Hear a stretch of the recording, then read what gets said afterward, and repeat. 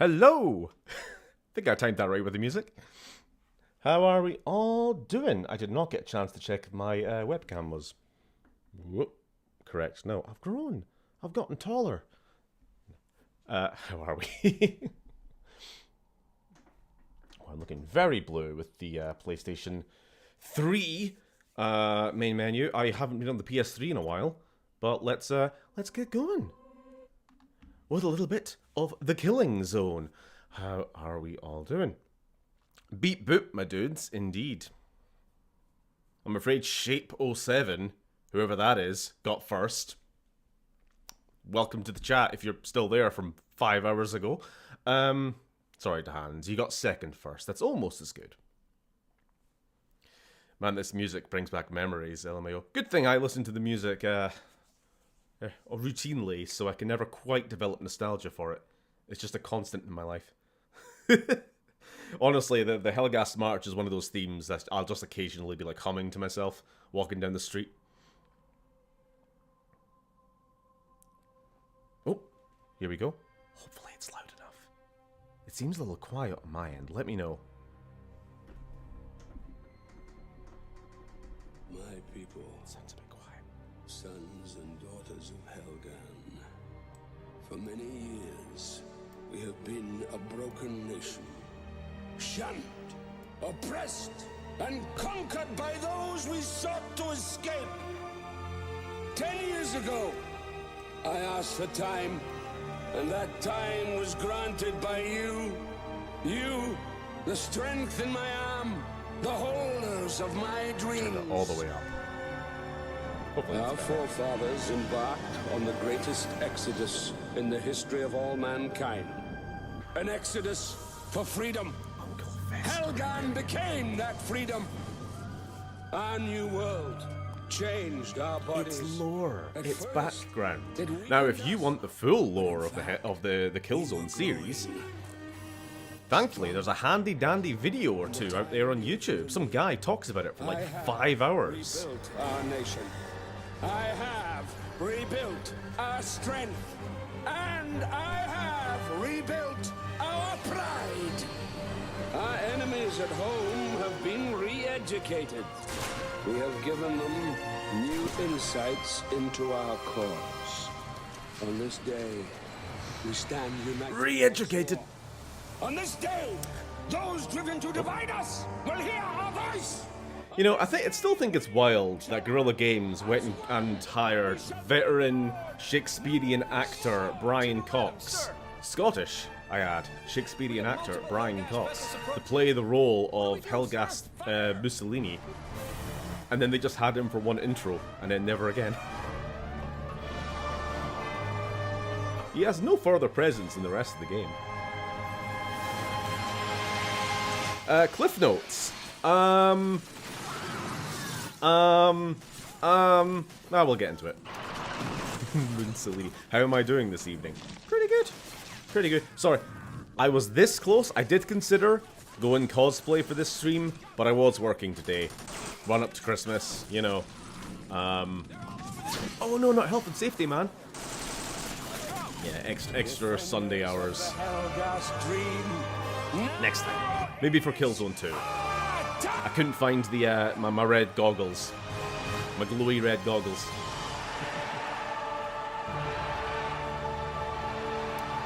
Cliff notes. 100 years ago, these lovely folk called the Helgan Corporation founded a colony on two lovely planets. Well, one lovely planet called Vecta, and another not so lovely planet called Helgan, which was full of mineral resources. They made so much money taxating trade routes. What is this, George Lucas? Haha. They made so much money taxating space travel space routes that the Earth government went, no, you can't do that. We want that money. And they invaded Vecta and dismantled the corporation, and then basically threw all of its members into exile, who went off and seceded onto this planet called Helgan, which was not exactly habitable to human life. And over about a century and a half or so, the descendants of those colonists held a grudge. And they want their old land back. Oh, Here we go. I've finished this game already, so we have access to all the old levels. So we are playing the HD remaster, obviously. If for any reason I couldn't install this, I did have the PS2 version, so I guess it was always an option. Normal. I've only got the option of the one character at the moment. Here we go. These comms are getting worse. Anyone else receive it? Those are not civilians. They are wearing military jumpers beneath their yellow vests. Getting It's cut true. off here. Audio okay? Shit! What do we Not do? too loud, not too quiet. I can't really increase the volume, to be We have honest. to get back to the main line. Jesus! You trying to get yourself killed? Who are you? Private Sanchez, sir. Don't worry about those Helghast, sir. They're walking right into one of our minefields. I've always wondered, how do you pronounce Helghast script? My best guess is a combination of Russian, German, and Will the Korean. minefield hold them? It's purely a one-to-one with You know with this like area, Sanchez? the normal, Yes, sir. I was gonna I've say been the covering normal the Helghast here alphabet. since Yeah, the normal, beginning. the one language, But I've English. lost comms. The normal alphabet. Sanchez, you take point. So fun lore about the Helghast language. It was invented only about 10 years ago by Vasari, the guy who was giving the speech there, purely as a means of trying to separate themselves further from like the rest of humanity. So yeah, obviously, for those who are completely uninitiated, it's like the 24th century. Ever since the Third World War, which nuclearly ravaged Earth, mankind has been spreading to the stars, as we are off to do. Reload! Because of the expenses at the time, they basically let corporations kind of do a lot of the initial exploration and initial colonization, such as the Helghast Corporation, like I mentioned earlier. But these days, there's a bunch of colonies. Humanity's kind of spread across the galaxy a little bit. We don't exactly know what the scale is of the, if you want to call it the Helghast series, rather than the KILLZONE series, because they are, like, you know, the main characters. Let me just check a couple options here. We're a little... If it's too quiet, I could turn it up a little bit. Audio's good, though. I'll just leave it. I don't think there's any kind of So yeah, this was originally a PS2 game, and so like a lot of first-person shooters from that era, it's a little clunky, and the aiming is not the easiest to get a grip of. But I'll get used to it. Again, I've not played this game since the retrospective, so that's been like, you know, 17 years. Let's get the hell out of here. Follow me. I don't have any ammo for it. Anyway, where was I? Lore. Yeah, we don't exactly know what the scale is of the KILLZONE universe, but like all the events that matter take place entirely within the Alpha Centauri system. It's just these two planets. Alpha Centauri, for those who don't know, binary star system. Around one star in the Goldilocks zone, you've got Vecta. This is this planet where we are. I know it doesn't look nice now because it's kind of been bombed, but as we'll see in the rest of the planet, pretty Earth-like. Very breathable atmosphere, clean water, all the good stuff that humans On the want. right. Give them covering fire. But the other planet around the other star is just on that kind of, just on the edge of being habitable. Very toxic atmosphere, higher than normal Earth gravity. That's the planet where the Helghast are. Well, their descendants, sorry, their ancestors. Fled to after the first war. Holy shit, we better get our asses back to the main And that's why line. they're now reliant on these Run gas for it. masks. The Helghast mutated into metahumans, basically, one of the coolest antagonists in fiction. Now, the Helghast do, by design, overstate just how different they are from humans. In fact, I'm pretty sure this is a plot point in... Hey, let's get the hell out of here. Follow Could be me. completely misremembering. Shadowfall was a pretty bad game. I think one of the plot points in Killzone Shadowfall is that human and Helghast genomes are like pretty much identical, actually, and like the whole Visari's ideology of like Helghast's supremacy, that they are, you know, the next step in mankind's evolution, they are superhumans, Ubermensch, if you will, very much overstated. Kind of cope, if we're being honest.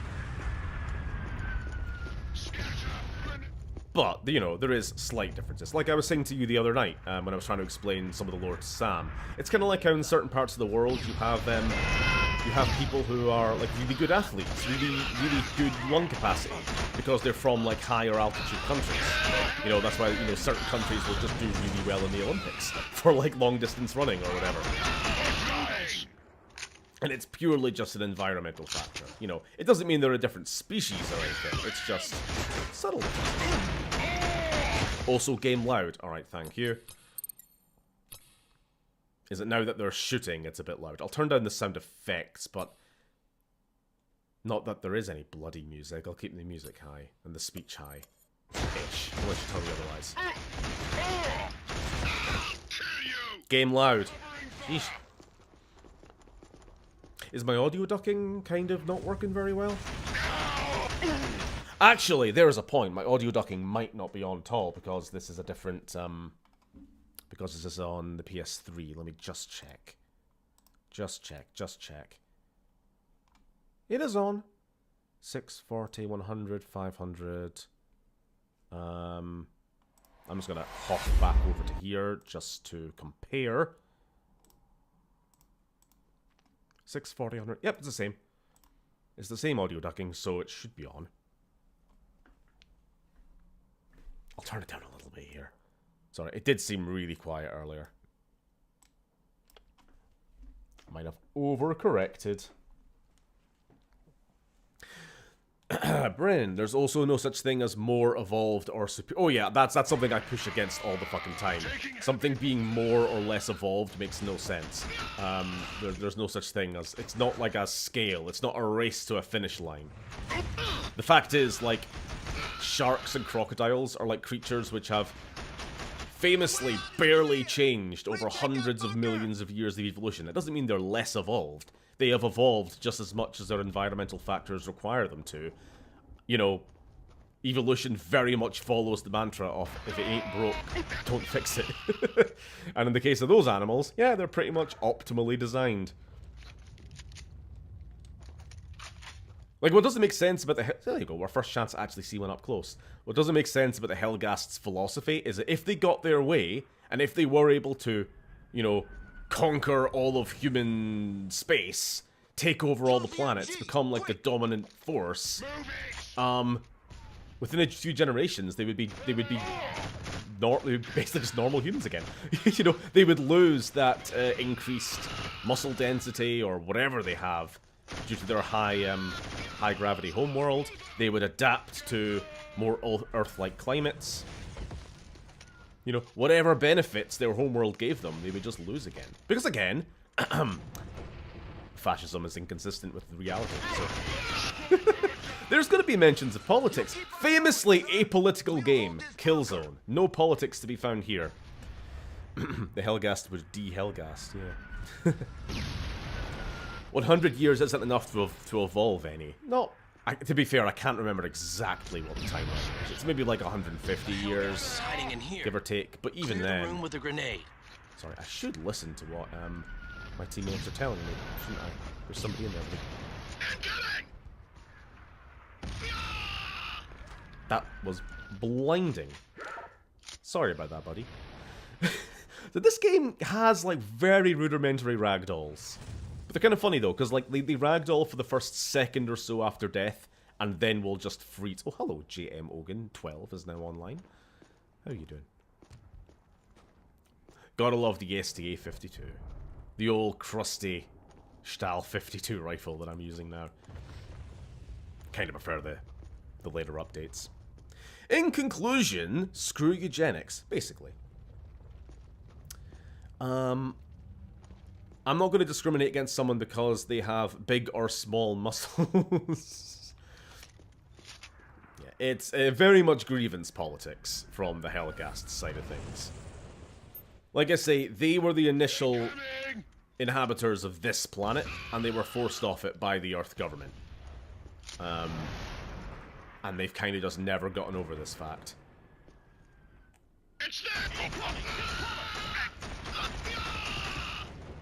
Now, that's sort of a spoiler. I mean, if you're paying attention to the intro...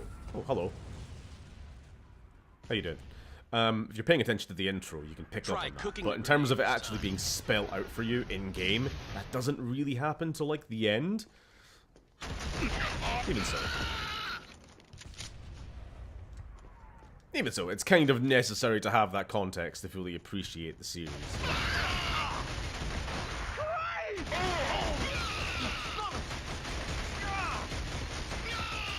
It is the... So the Shell 52, noticeably not very accurate. Noticeably shittier than the, whatever this one's called, I actually forget. Ah, Captain Templar! You're still alive! This building leads to the city outskirts. You'll need to cross the industries to get to HQ. M84, sure. They're already in this part of the city, so be careful. Good luck, sir. Alright, level 1 complete. Well, part 1, level 1 complete. Was there ever a game from the Helghast point of view? Unfortunately, no. Killzone Mercenary puts you in the hands of a mercenary, incidentally, who fights for both sides. You start off doing missions for the ISA, and then very quickly, like, the commander of the Helghast forces goes like, hey, you're kind of useful, and also, you keep stepping on my plans. Tell you what, I'll pay you more, and you help me. And so you do some missions for the Helghast, and then at the end, you kind of go your own way and fight against both. Let's go! Save us, sir! That's kind of the closest, and then in Killzone Shadowfall, you ally with a Helghast Echo. And at the very end of the game, for like 5 minutes, you get to play as that. That's it. The scope on the rifle will allow you to zoom in until he fills Again, Killzone Shadowfall, not a good game. I have no plans to stream it unless you guys really want me to. I'm probably just going to stop at Killzone 3, because it's a nice handy-dandy trilogy. But they really missed an opportunity with that game not to finally give people what they wanted and let them play as the Helghast, because it seems almost made for it. You know, it's a time jump. You're further forward in the future. I don't want to necessarily spoil how Killzone 3 ends. But, given the ending of that game, Helghast kind of have a bit of a fresh start.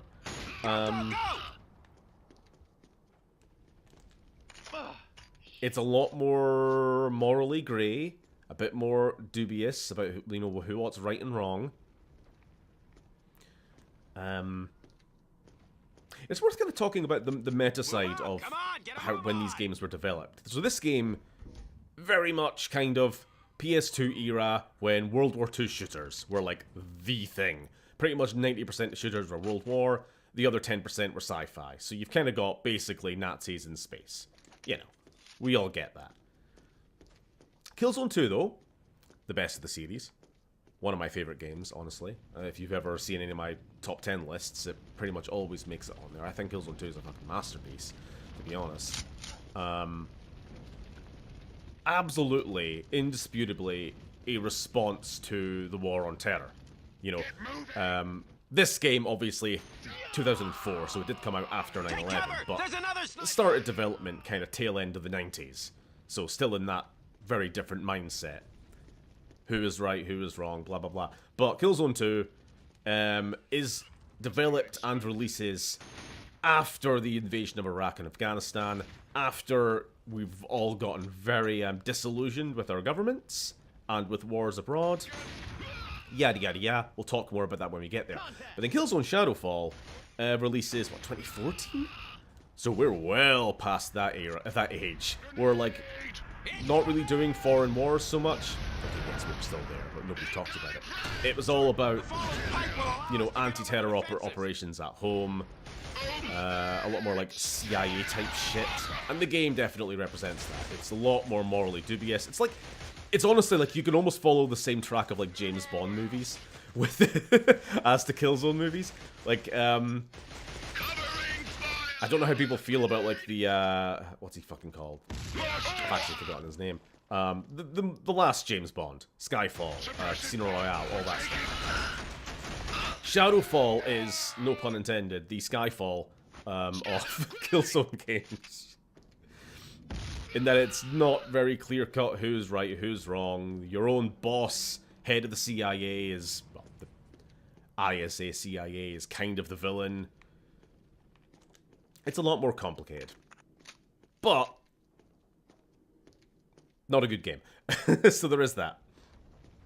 But like I was saying, my point was, it would have been the perfect opportunity to have you just play as, like, Echo, basically. Or like another character like that. Helghast Special Forces working for your government, trying to maintain peace between you and the Vectans. Radical groups trying to ferment another war. Yada yada yada. Pretty much writes itself. Pretty straightforward, but it would have just been a good excuse to... I wouldn't generally encourage, as much as I would like to, I wouldn't generally encourage a game where you play as the genocidal fascists, but Over here, Captain Templar. We playing need all as, the like, help we can get. the Follow new me. government trying to suppress that element of their own culture. And seeing the kind of villains in the shadows on both sides. Again, kind of pretty much how the game was already, except instead of having you play as a cool person, you play as a white man. John ISA, or whatever his name was. Killzone movie or TV show? Thoughts? Preference? I've always ready! pondered it. ABC I've always approaching! pondered the thought of like a movie. But I wonder how you would actually do it. Just make it like a straightforward war movie, but kind of wait for the last act to kind of drop the bomb of like, actually, you're kind of the villain the whole time. Just But also not follow the really, pipe because and like, get into the trench. the Helghast are still bad. So everyone kind of does the whole Helghast are the good guys actually meme, but it's more of a you know the bell curve of intelligence meme, where it's like the small percentile of people at the low IQ end say one thing, the median, you know, most at one end say the other thing. So yeah, at the low end, you've got people who are like, oh, ISA good guys, they wear green, they speak in American accents, they good. You got the median, middle intelligence who are like, actually, the Helghast are good. The ISA are like corrupt and bad and blah, blah. But then you have like where I am, at the high IQ end, who are like, no, actually, the Helghasts are still fascists. They're still bad. There's kind of no redeeming what they want to do to the rest of the universe. They're not great. Which again makes it difficult to make a game where you play as them outright without kind of calling attention to that fact. Oh shit. Well, I'm trying to like use the scope, if that's even a thing.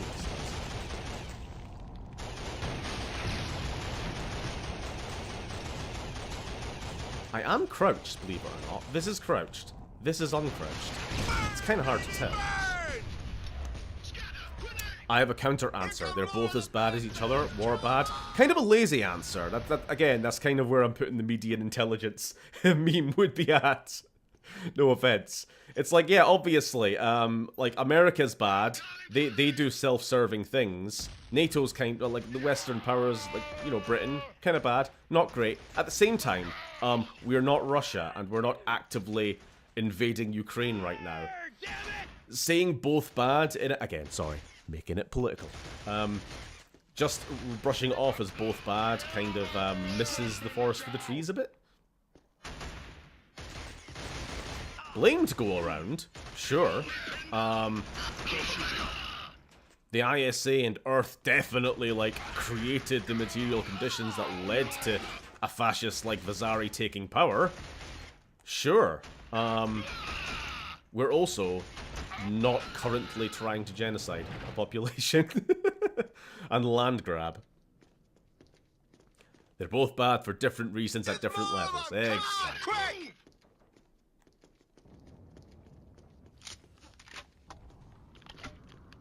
So I will say, the first part of this game, pretty much a straightforward shooter. It's going to be like this for the next little whiley. Until we start meeting our first squad mates. And then the story really kicks off. Because, funnily enough, Bald Man 1, Bald Man 2, and Bald Man with hair are not, like, going to be with us for very long. They're not like main characters. We do not need to get attached to these to these guys. I think I saw a health pack. might want to not die. That's fair. Vizari clearly has few insecurities. Okay, here's another bit of lore. Every time I die, I'll give you a little lore drop as the lore master. Vizari took control of Helghast about 10 years ago. Nationalized a lot of the industries. You put them on a march towards war. Yada yada yada. Also, pure coincidence. Don't look into this too much. Is the CEO of the second largest arms manufacturer on Helghast. Don't worry about it. Don't look into that too deeply. What possible reason could he have for trying to up arms manufacturing? Famously apolitical video game. Can you die so I can take your missile launcher away?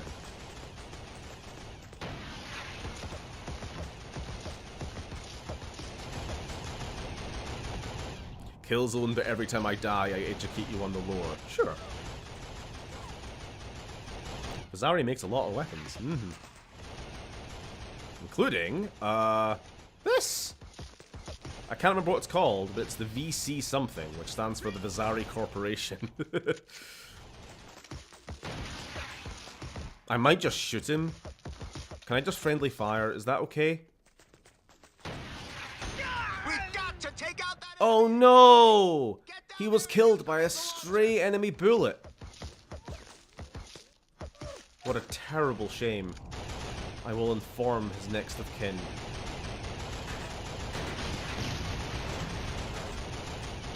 I think he was supposed to die a while ago. The bullets just weren't hitting. Watch out! Here come more of the bastards! Kill them all! Target in view! So, little criticism of the game. I gotta say it. I'll say it now before I forget. For a game and a series with such really good music, banger soundtrack, you never get to hear it because the actual missions are almost always dead silent, and it's quite distracting. It is the only game I've ever considered having like music on in the background of the stream. I thought I might just like make a little Killzone playlist and just have it running, like maybe take some music from the sequels. They just seem to have forgotten to put music in the actual missions. So you just hear the sound of gunfire and people screaming in British accents.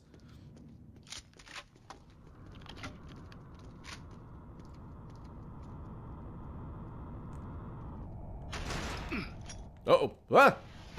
Forget what the button for alt-fire is. To be honest, Britain is not trying to land grab because it got out of its system by in the 18th and 19th centuries. Whoop. But even to this day, Britain is hogging territory it grabbed around the world. True. But you know what? Different time.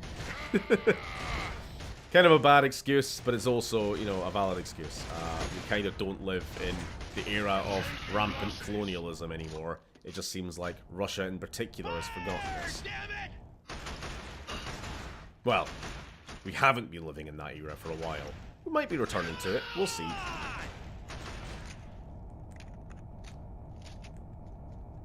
Sticky old PSP controller. It's having trouble staying in sniper mode.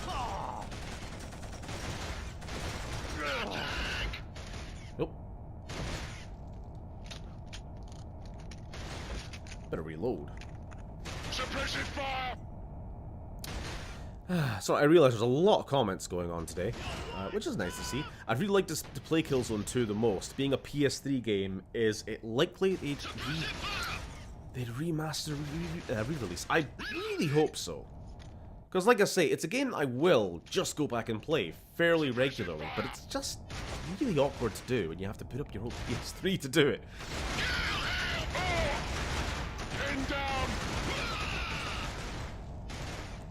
Oh, tank.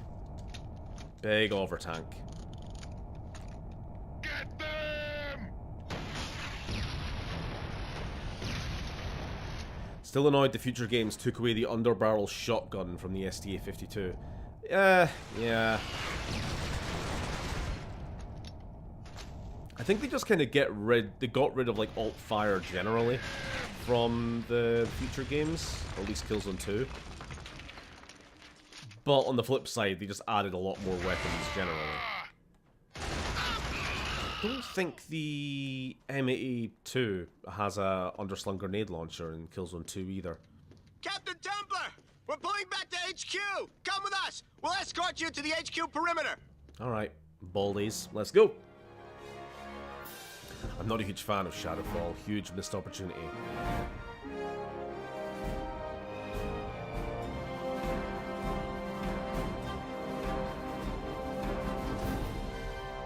Would you say the game's story, art, characters were inspired by anything in particular happening in real life at the time of its development? I ask you a question and you immediately start answering it after I hit enter. Okay, I was going to clarify. Did you mean something differently than what I'd already answered? But yeah, it was just coincidental timing. Very much so, is my answer. Even the fact of, like I was kind of saying in Killzone Shadowfall, how it's more about, like, the security apparatus of, like, a post-war state. The main enemy in that is not the Helghast military, but, like, a splinter terrorist faction going around in dorky little hoodies.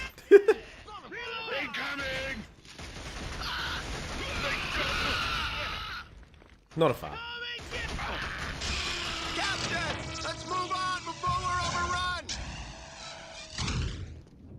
Another thing about Shadowfall is just, like, I don't like the art style that much. I mean, there's parts about it I like. Like, the weapon designs, on point. The weapon designs in these games have always been really, really good. But, like, good to see the you, iconic... They're all over the place, so we'll have to be careful. Fuck, I've forgotten what it's called. What is the anime? Bastard, I should know this. The anime that the Helghast are very, very similar to, which Guerrilla Games denied actually the inspiration from, but it's too similar to be to not be the same.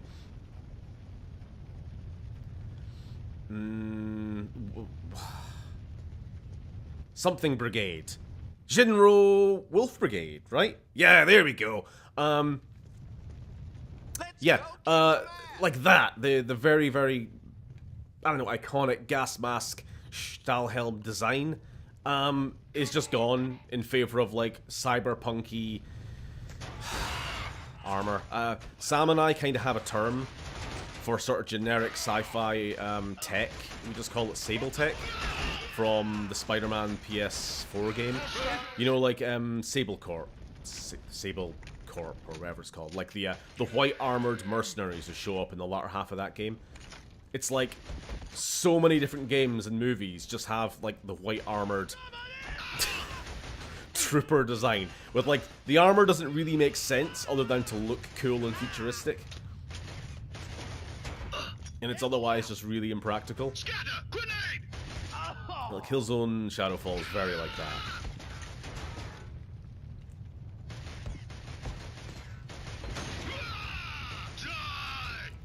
Oh, I hate this. Hate this. Hate this. No cover. Stop shooting me! Shot from somewhere, I just don't know where. I need a health pack. I don't think I'm gonna get one. Or maybe there was some buried under those bodies. That's good. The really bland, smooth-edged panel-type sci-fi armor kind of arose in the second half of the 2010s, and is only now slowly being phased out. Yeah, you know what I mean. Okay. Stop.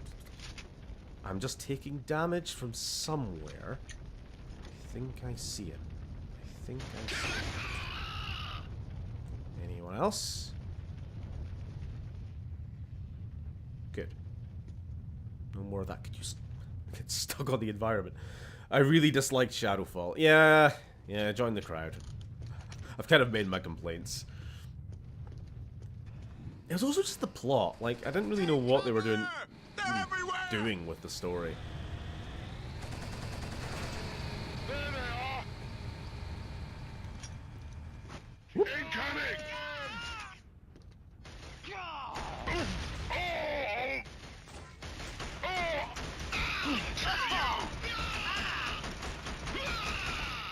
Ow.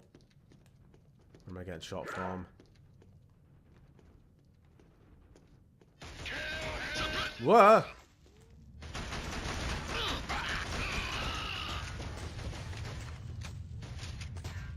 Got booked for a second. Storm is fucking with my internet. It's been pretty stormy here today as well. I keep trying to do my underslung grenade launcher and bottling it. Wrong button.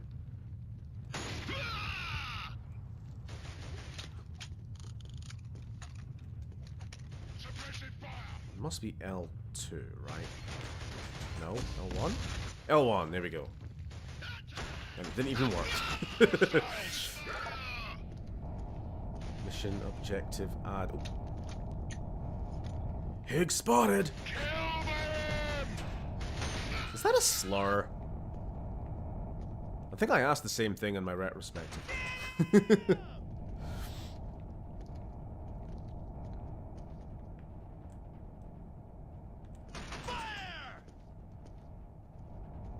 You gotta love, like, fake sci-fi slurs for races, you know? Them damn Cardies. Oh, I'm Chief O'Brien. I'm a really nice guy, but I also really hate the damn Cardassians. Those bloody ridgeheads with their little vagina foreheads. Come on, Captain, just let me punch the shit out of this Cardi. I don't care if it's a breach of international peace. I just really hate them.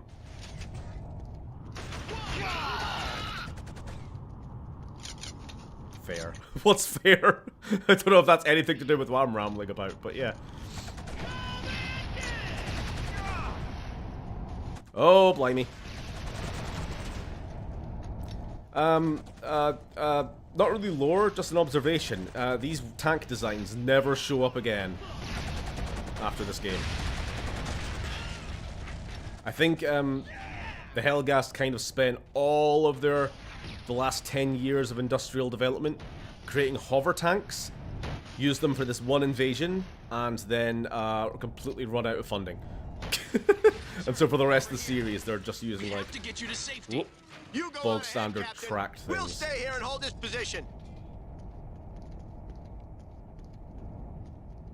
I just keep taking hits from those hover bikes that are somewhere out in this Silent Hill smog.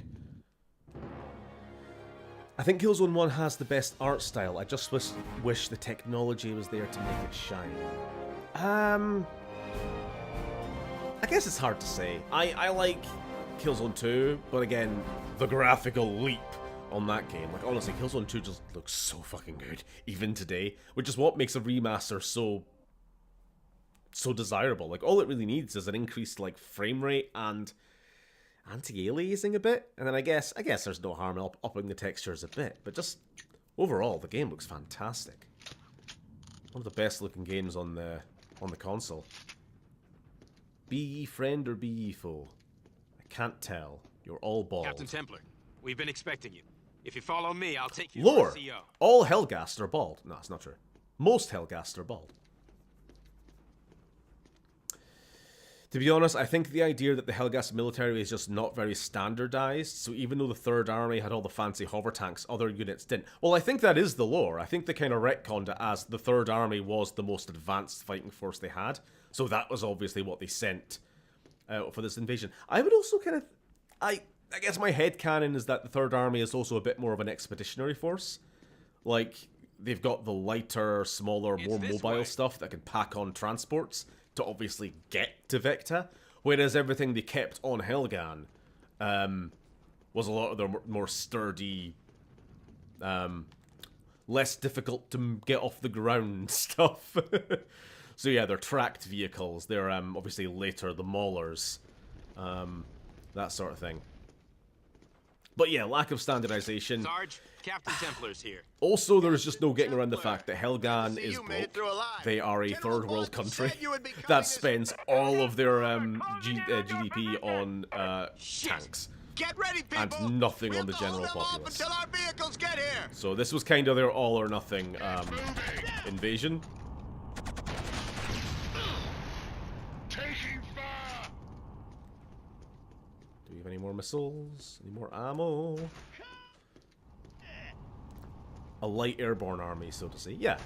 I don't know if there's any lore to back that up, but that's kind of how I imagine it.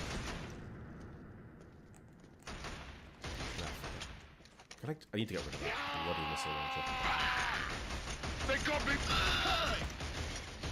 Huh? Okay, I'm bottling this so badly. We're taking losses. Hello. Squad, move up. Third Army is like a Marine Expeditionary Unit in my mind. Exactly. Ooh. More lore. All Helghast are British for some reason. British.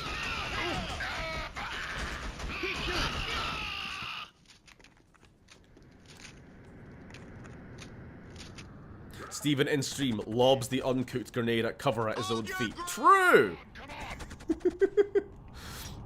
Because I keep forgetting what alt fire is, and I keep just instinctively thinking it's R2, but it ain't.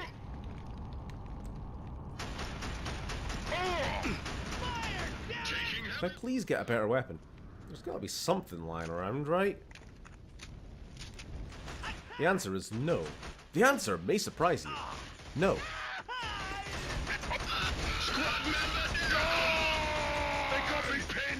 So are we more helmet grunt or funny little pilot cap grunt? With this guy. Who's our favorite? Uh-oh. Uh-oh. Uh-oh. Bad time to try and go and look at the models. Enemy spotted.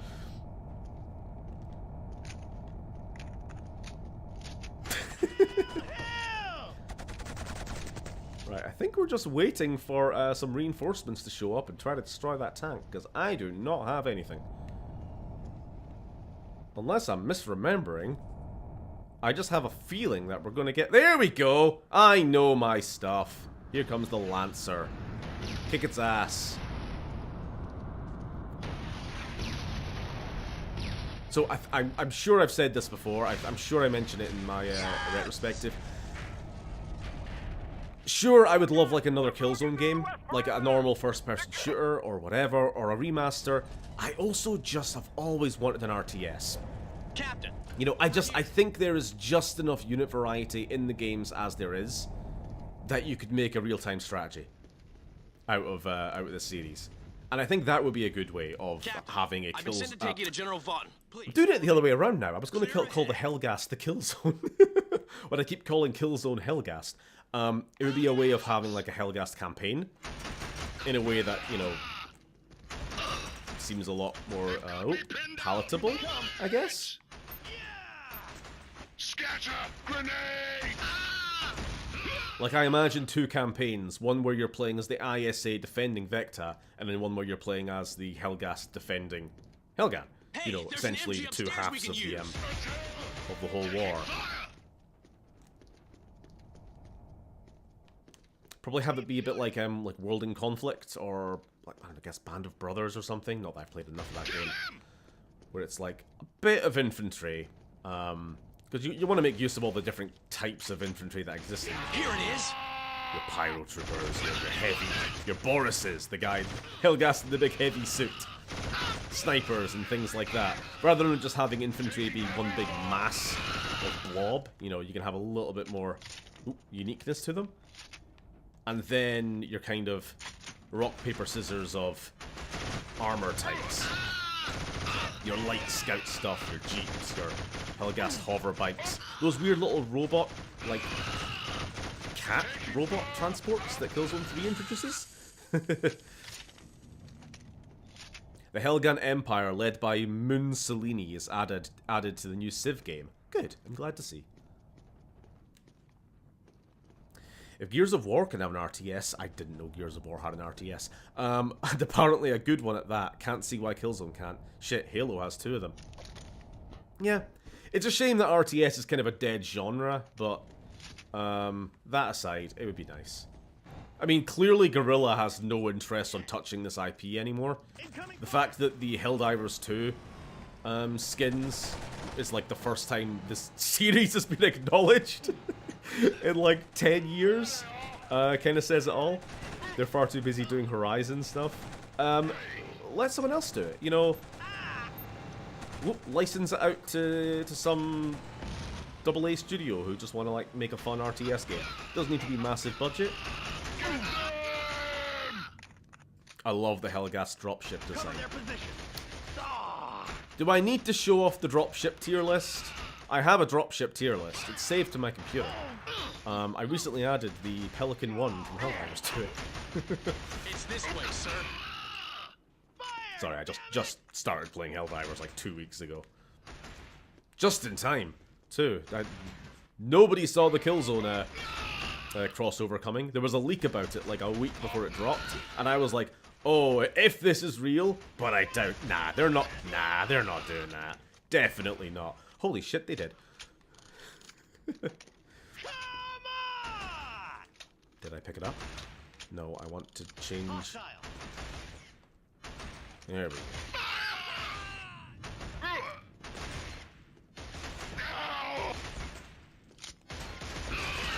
Get out of here. Get out of here! Alright, we're trying to get into the base. General Vaughton is waiting for you in the General Vaughton. So this is regional HQ for the ISA. I suppose ISA lore, if it's needed. We're basically NATO. All the human colonies, other than Helghast, are a part of it.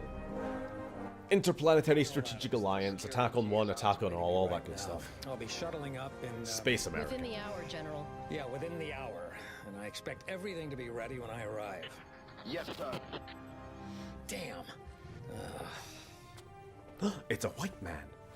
It's good to see you, Yan. You too, General. What's happening out there? Are we holding? Well, it's impossible to tell with the comms as they are, but we're being attacked by the 3rd Helghan Army, led by a General Lente. If Helghast ships keep on flooding in with more troops, we may as well pack up right here, right now.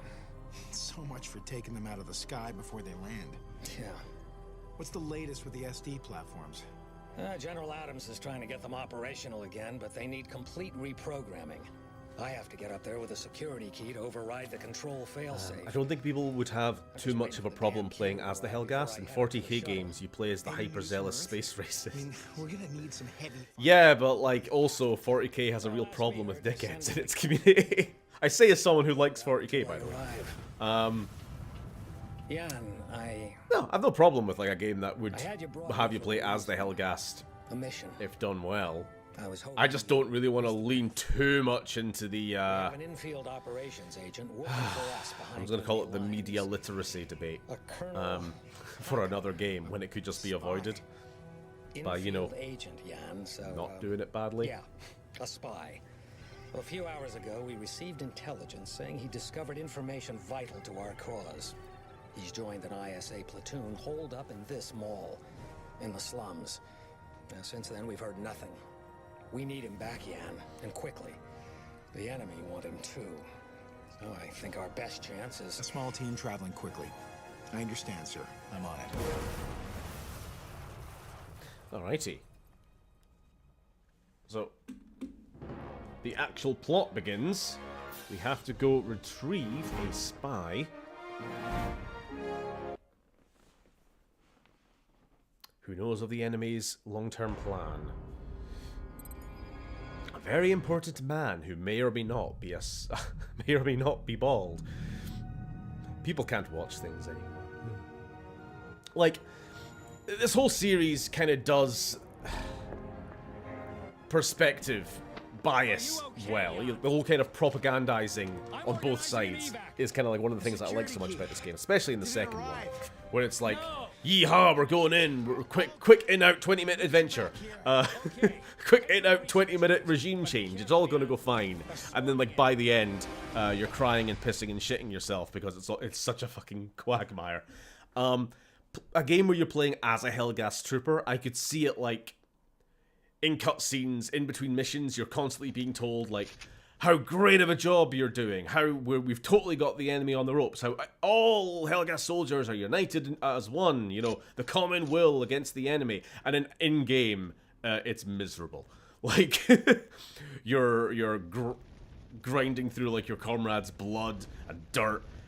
You're constantly under-equipped. You could even make a point of like every mission you start with like half ammo capacity because you just don't have the supplies. You know that one scene in Enemy at the Gates? You know, the soldier in front with the rifle shoots. The man, when the soldier in front dies, the man behind takes the rifle and shoots. You know, the Russian soldiers being under-equipped. You can kind of make like a joke out, not a joke, but like a sort of similar reference to that. And then at the same time, if you ever get a chance as like some lowly grunt to actually see like the inner sanctum of your superiors, whether it be like a sort of political leader or maybe like your colonel or general, and you see just how lavishly they're living compared to you. Hell, if you even get a chance to see your own home and it's some, you know, dirty hovel, where most of the Helghast civilians did live. You're a fucking quagmire. Oh, that hurts. You know, you could make a point. You could have your game, you could have your Helghast, you could have your fun, and also like make it more than just a power fantasy. Yeehaw! Aren't we the goodies? Let's go kill them dirty ISA dogs. Everybody move! Got company. That's how I'd do it.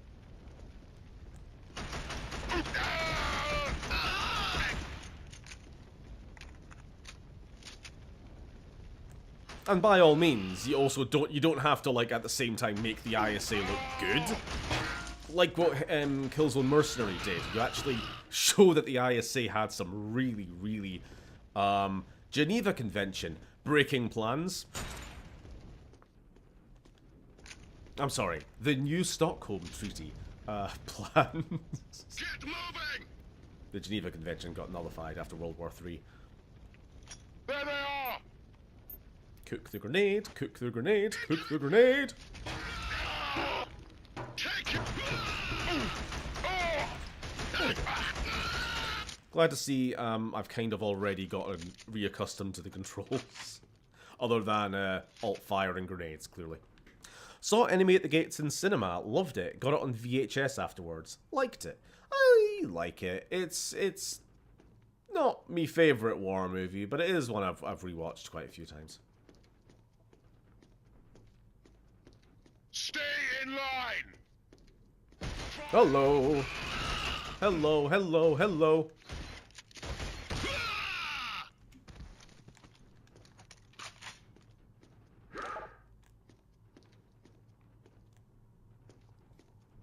Shoot those bastards! Oh, sorry, I'm reading chat. I mean, that's what happens in the movie Stalingrad 1992, where at the end, they raid the officers. Have I seen that? Sorry, I've definitely seen that movie. Let's see. Where at the end, they raid the officer's own dugout, and he just has rows and rows of rations stockpiled, while the grunts on the front lines starved. Is this a movie from the German perspective? I'm doing my best here. I got your back. I mean, the story could work either way. It could be Soviet or Russia, or Soviet or German, and the story would still make perfect sense. But I seem to remember, yeah, German. I just remember the box being very blurry. Big red text. Stalingrad. I watched a lot of war movies with my. Sorry, I said watch like past tense. Like I watch a lot of war movies. Always have.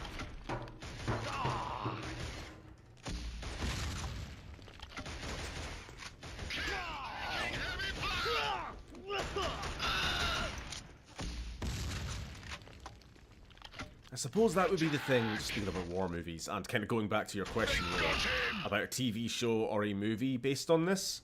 A movie would be a little difficult, because to really get the kind of... to get the whole interesting parts of the franchise, like the wider lore and stuff, you would have to have like a very exposit-y heavy movie, whereas I think it would work best as like an old straightforward war film. I don't know.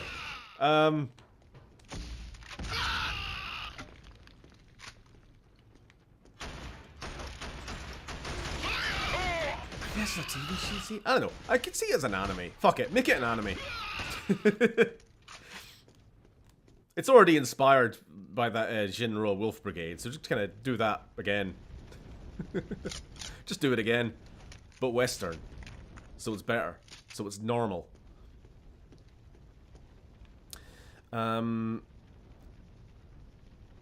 There's a cool YouTuber called Anthony Gramuglio who did a video essay asking if the nostalgia critic ruined media literacy, to which my response was, yes, for the love of Christ, of course he did. He is not the only one. I don't want to be too hard on old Doug Walker. He made a bunch of videos. He had fun with it. I think people maybe took his actual critique a little too seriously because he's not a very good critic of movies. I think he's actually not a bad animation critic. I've seen a lot of his videos about just animation generally, and I always find him a lot more insightful when he's talking about that than when he's talking about film. Service, sir. His film critiques are very surface level. I kind of always get the impression that he's a little bit bored when he talks about movies, but he's a lot more passionate about animation.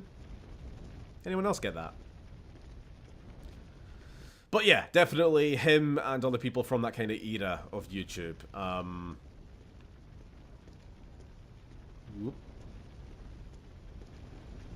Haven't helped.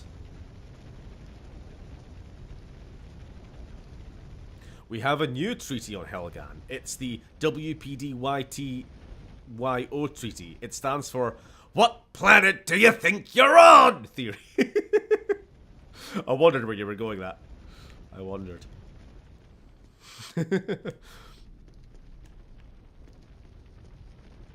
We'll get there when we get there. Killzone 3 reference. They call him the chef because he's always cooking up something, either a grenade or a genius battlefield strategy. Either way, the enemy's cooked. Here we have the grenade pistol. I think. I'm guessing, based on the look and the crosshair alone. Yes, it is a grenade pistol. Can confirm. It pistols grenades. It sure does. Yeehaw. I forgot what alt-fire was. Again, I will never learn. You can't make me. Suppressive fire! Kill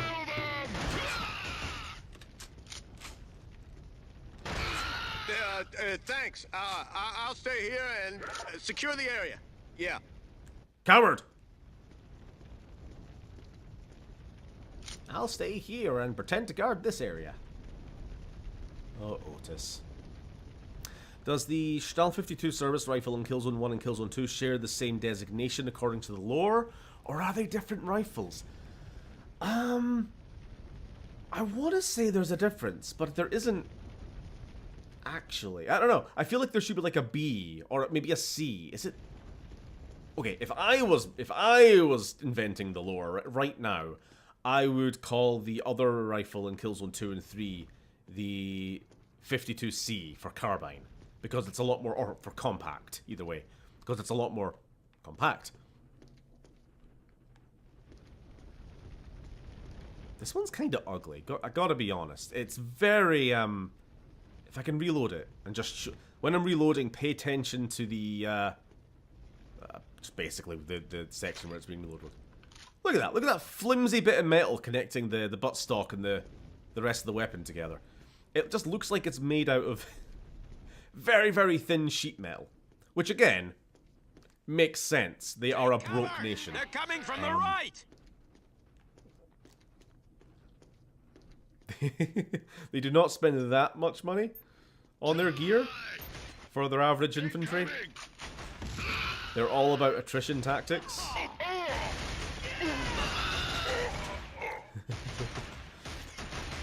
Actually, a little detail on the weapon in Killzone 2. You actually see a lot of like duct tape and things on Helghast weapons, which I actually noticed in Helldivers as well. They carried that over.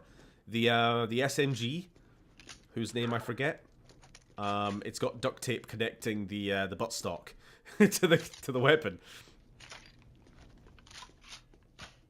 Here's again. Cheaply and hurriedly made. Shotgun or grenade pistol? Fuck it, we'll get rid of this. Come and duct tape.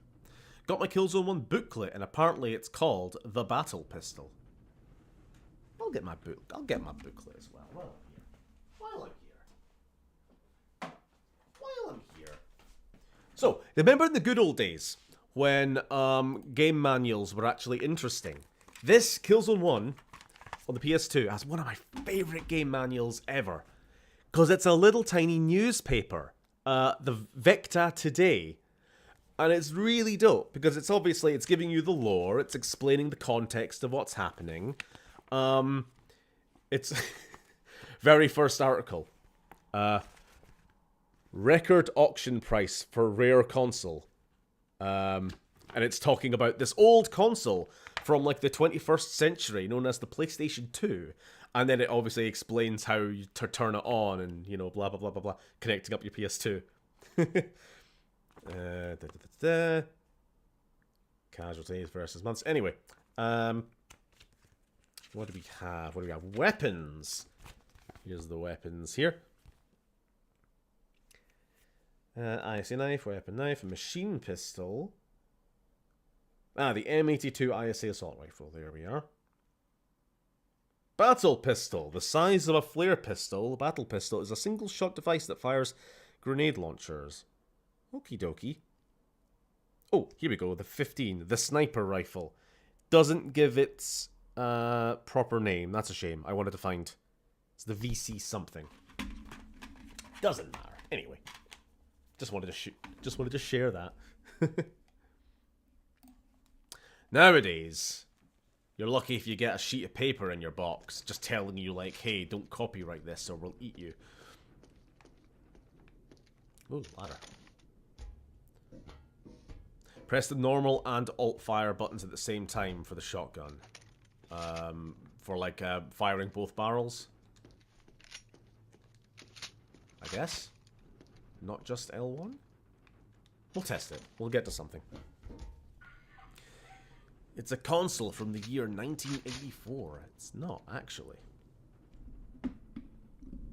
Sorry. Dog walker. Do you remember game booklets, lad? Get moving! Quiet. Be on your... Hello!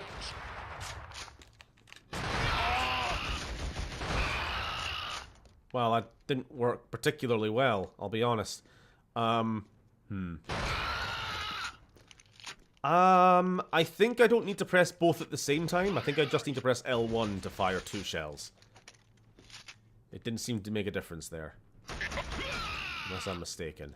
I was also being shot. I was trying to pay attention to the ammo counter on the right while also being attacked.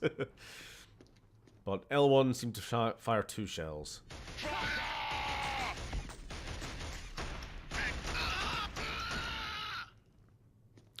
Remember when games had big chunky health bars?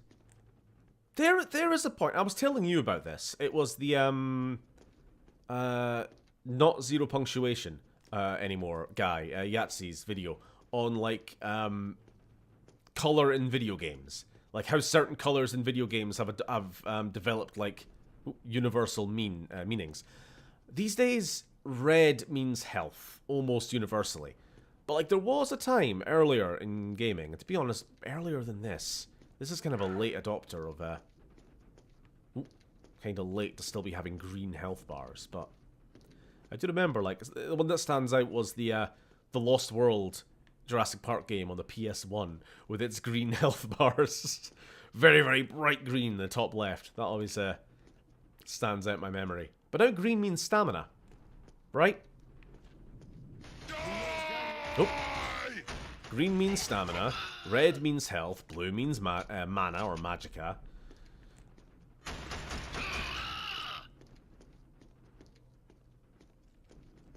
I think at the time it was a conversation we were having, yeah, Phil and Lily. We were trying to decide what orange was, or whether orange meant disgusting or something was what your question was, Phil. Did orange have like a repulsive connotation to you? If I remember right. Couldn't really find anything on orange. Even Lily with her art books was trying to find sort of how orange comes under in a lot of meanings. Couldn't really find anything. Oh, you know what? Speaking of orange, here's some more lore for you. Not lore, but like a game design, I suppose. The Helghast's iconic glowing orange eyes was not initially a part of their design. It was added in after, when they found that people were having trouble actually seeing them in dark environments. So, like, imagine that little firefight I was just having there, where I don't have the big glowing red eyes to kind of point my way. Sir, we need you at the courtyard. Follow me. What an accidental, correct decision. You know, I mean, imagine if they didn't have the glowing orange eyes. What would be the point? What's the good in them? Useless.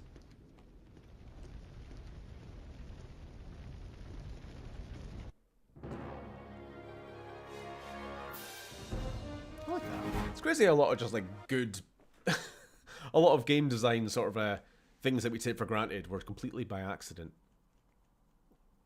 I was watching the Half-Life 2 documentary today at work, because I was at work, obviously. I'm not going to do actual, you know, chores. I'm going to watch YouTube. And it was, I mean, a lot of the story I knew already. Obviously, I knew about, like, the leak and how, you know, Valve I've been ordered was to really, let you into the research building. The key is... almost collapsed as a company because of it. Shit!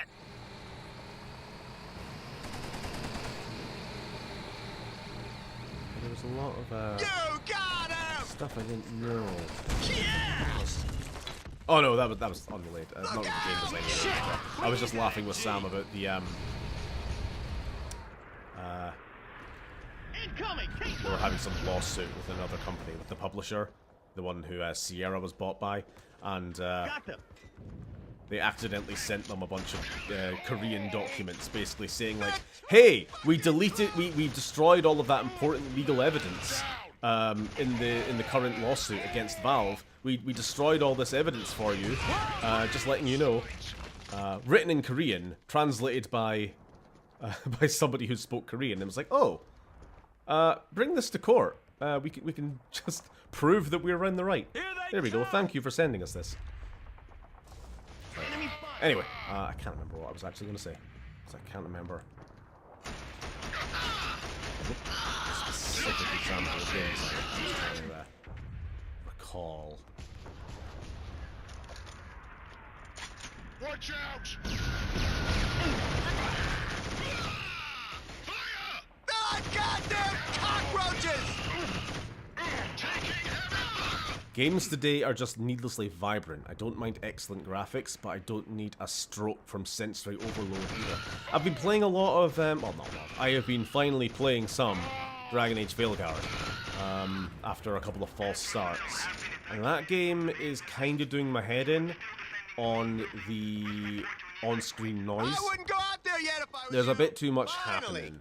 Captain, I can let you I into would the rather research combat building was now. slowed down like 20%, and to compensate, you got rid of all of the Batman Arkham Asylum, like, oh, you need to dodge now, indicators over your head, and the arrows showing you the incoming ranged attacks and all this sort of. It's too fucking much. Pin down! Oh. Overheating. Is it childish? I want to hear a Helghast shout, "Fucking hell!" I'll get it on the soundboard for next week. I didn't have time. But there's definitely some Helghast voice lines from Killzone 2 at least that are like, "Shit! Fuck! Fucking grenade!" Good luck, sir. Veilguard review when? Hello, Sam. Probably next year. Here's a sentence that happened in a call while Sam was at work once. I'm gonna kill you. Hello! As somebody walked in the door. Thanks for sharing, Phil. Here we are. We're into the military headquarters where we just have a bunch of pictures of World War I trench fighting gas mask people on the wall for no particular reason. Just to remind us how far we've come as a species. I guess. Never again will we have to fight people with gas masks. I am assuming that as a developer.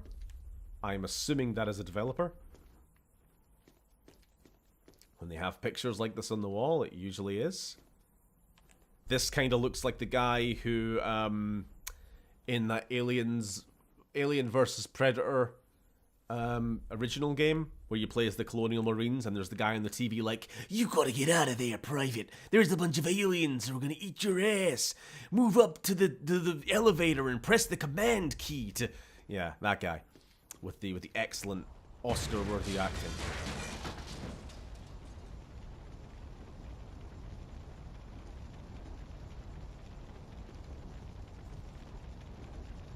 You lot fucking aspiring an headache. What? What?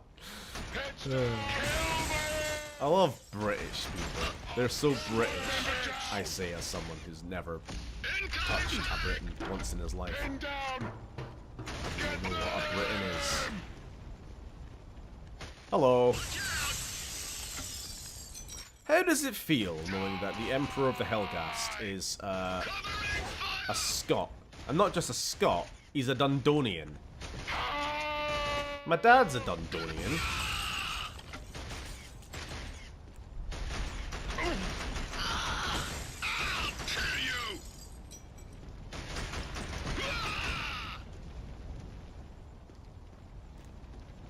Aliens eating ass? That's species, isn't it? What? I really did enjoy Killzone 3. You can actually see through a Helghast's HUD. It at least shows they aren't just for show. Yeah. It's otherwise, I don't think they'd be very practical to look through. They'd probably just be like having lights in your eyes, can't see shit. Like driving with the sun in your eye. Not fun. What the hell? No, I like Killzone 3. It's a very, very fun game. It is probably the most, like, playable of the... I was going to say of the original trilogy. It's the most playable of the whole series. It's probably the one I have run through the most. I platinumed it, like, long before platinuming Killzone 2. Just because it was fun, like, redoing every mission and, like, destroy the Mauler in less than 30 seconds, you know, kill X number of Helghast in X number of minutes, and this, you know, all these different mission-on-mission challenges. It's also just a very wacky game that doesn't take itself overly seriously. So I was going through, like, the eras of the games earlier, about how this was very much the PS2 World War shooter era. Killzone 2 was like a post 9/11 piece of media. Killzone 3, however, the best thing I can say is it's a post-Black Ops era video game, in that it's all about just frenetic action, minute-on-minute set pieces. Over here. You're a friend. You're a friend. So we'll escort you out of here. General Martin has set up an evac point inside the You're diving all over the planet. You're going from, like, blowing up city to jungle to, you know, stealth section of jungle to skiing down a snowy mountain to space battle to all this stuff. And while it's very, very fun, it's kind of all over the fucking place. And I don't...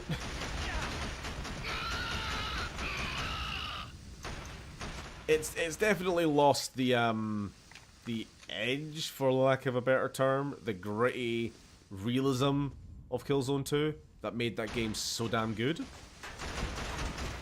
and instead becomes very much a James Bond film. I really always think it's very James Bond for some reason. The music, the villain,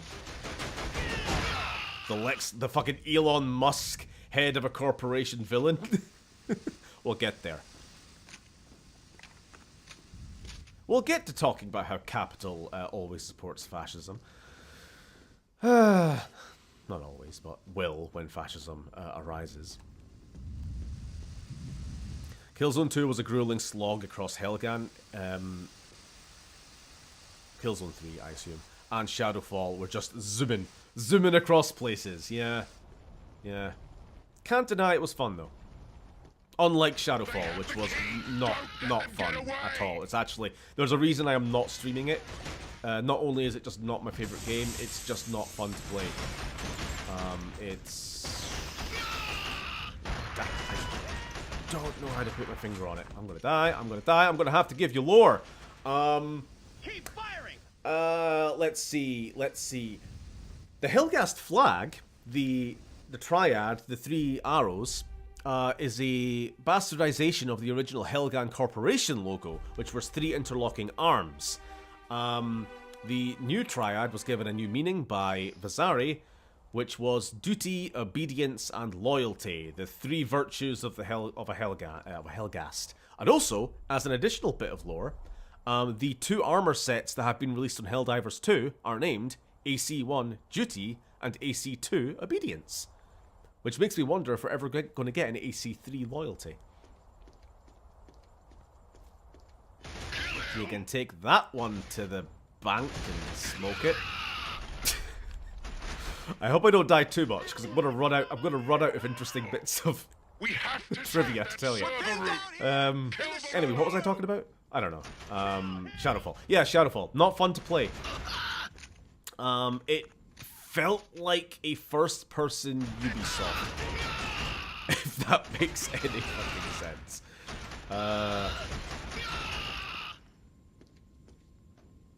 Which I almost wonder The key is over here. Grab it, and we'll escort if the you same out of here. kind of big General open Vaughn world has set kind up of. an evac point inside the comms building. I don't know. I don't know what I'm trying to say. It's like Horizon Zero Dawn, very different game to Killzone, but like third-person perspective, Ubisoft-ish.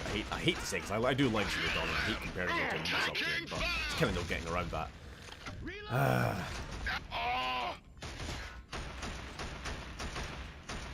You know what, I'm going to go in an entirely different direction for explaining why I don't like Shadowfall. No punch. No punch to the weapons. Killzone 2 and 3, fun to use. Great sound design. Shadowfall, too plinky.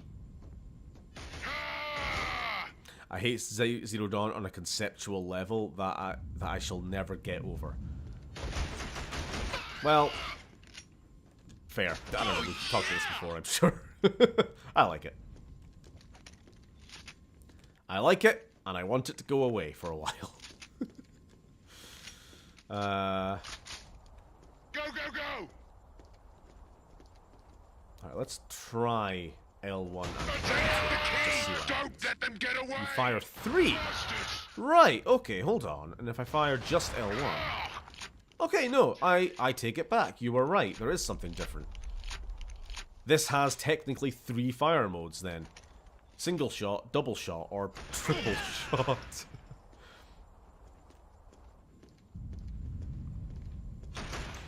Or I suppose it's really just you're doing a single shot and a triple shot at the same time. Oh, quickly. We got to address the glass shatter physics. Pretty nice. Not physics, but effect at least. Very nice. Very satisfying. 7 out of 10. Or whatever I gave it. What is it with governments with the best drip are also the biggest cunts, i.e. the Helghast? This is the problem with the aesthetics of evil. We have a certain vision of what bad factions should be, and it's entirely the fault of Hollywood World War II movies, and making the Nazis far too well dressed. Far better dressed than they actually were. Not to say, like, the uniform designs weren't, you know, fine, but they were never as well tailored as they are in Hollywood. We need more schlubby SS officers. Like there certainly would have been.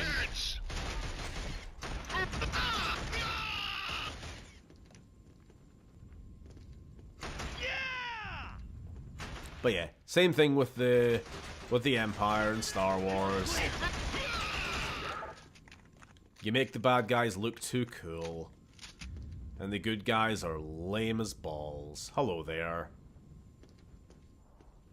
I suppose that would be the downside of ever making an RTS or a, I don't know, like a tabletop game or something out of Killzone. Nobody would play the ISA.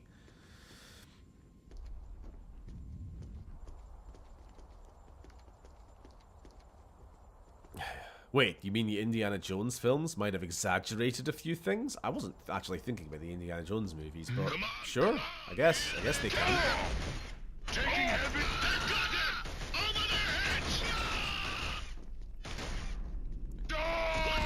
You know what? One thing I will appreciate the Indiana Jones movies for doing is accurately portraying how fucking batshit mental the Nazis were about, like, supernatural shit.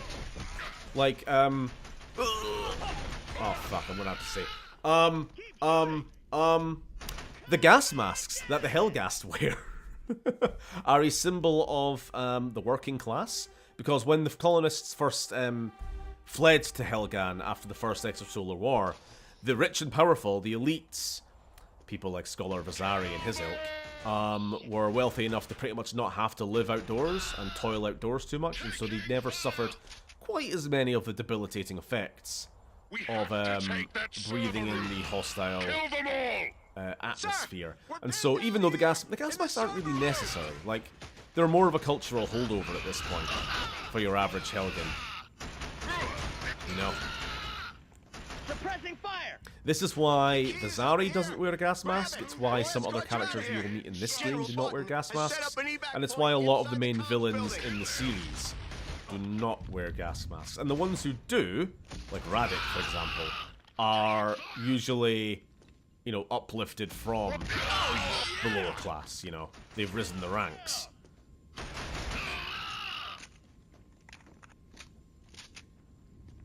Anyway, where was I? Yeah, Indiana Jones movies. Something I appreciate about them is how they accurately present how batshit crazy the Nazis were about, like, supernatural and occult things. We do have the habit of, again, making the Nazis look cooler than they were in a lot of ways. I talked about the uniforms. I talked about, like, how people talk about how great their technology was so far above the West. And how they're this, like, super rational sort of secularist organization that just ran on, like, cold machine logic. But in reality, nah, they were mental. They were fucking, like, the actual things they believed about the Aryans, you know, the actual Aryan, like, what were they? Giant 9 foot tall, 12 foot tall humanoids who, like, walked the plains of northern Europe, that they were the personal inheritors. It's like nonsense, pseudo historical nonsense. So yeah, they were wacky. If that wasn't obvious, newsflash, you're learning it here for the first time. The Nazis had some funny opinions. Famously apolitical streamer, RedScot Gaming. The more you know. Stephen is quoting the idiotic National Geographic Nazi documentary number. I have never watched a National Geographic documentary, not once, and whatever they say is probably bollocks, however the underlying truth still remains.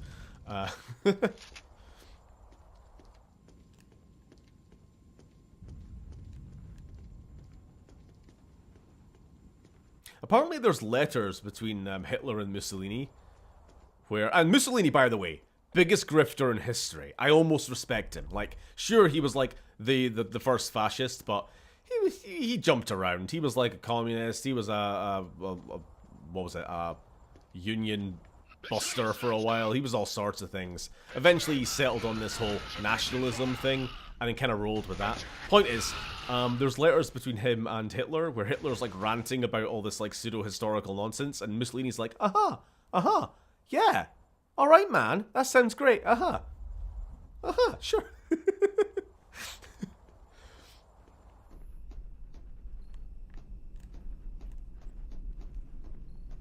Like, honestly, not even to defend Mussolini or anything, Still a piece of shit.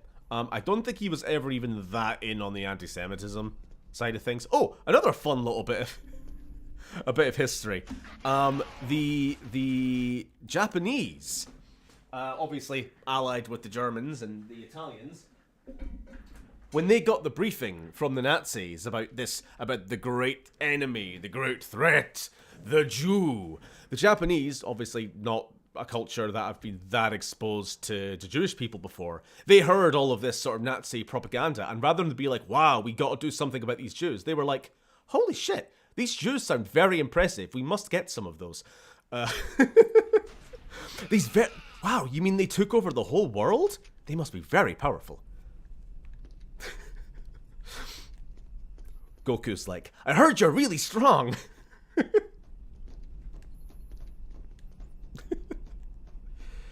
Wacky.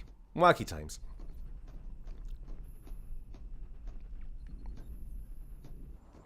We made it! That door leads to the comms building. We'll stay here and keep the Helghast from getting in. The enemy. Oh, hello. We've just gone around a big circle, haven't we?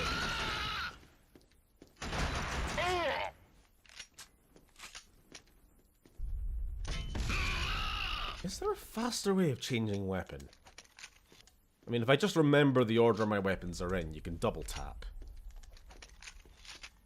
Or can you? Actually, no, you can't. What the hell? So it's shotgun, rifle, grenade, pistol, shotgun. If I double tap, I should go to shotgun.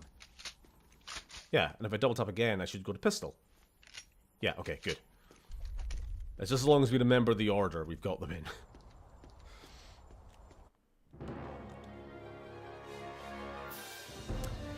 Did you buy the Hellzone outfits and Helldivers? I've got the outfit. I'm still grinding my way towards getting the STA-52, but I'm literally like one mission away from getting it. 590 credits out of 615.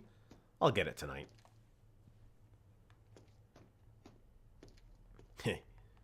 You know I'll get it tonight. Sex. Nah, probably not. Just immediately dissuade you of that notion. Nah. Oh! Parkour!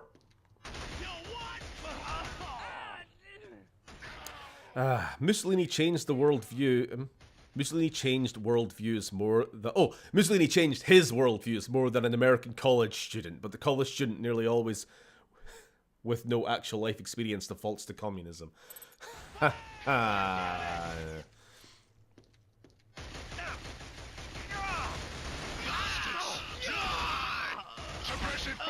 I mean, he basically was a student, I think, when he was going through most of his worldview changes.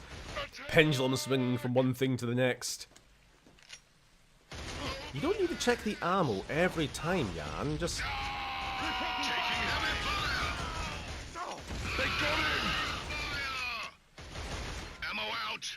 The college student is in too much debt to establish a fascist regime. Oh no. You know there is more accurate pictures of Vizari as a college student? Nah, probably more of an elementary school student. He looks horrible. He just looks like an inherently evil kid.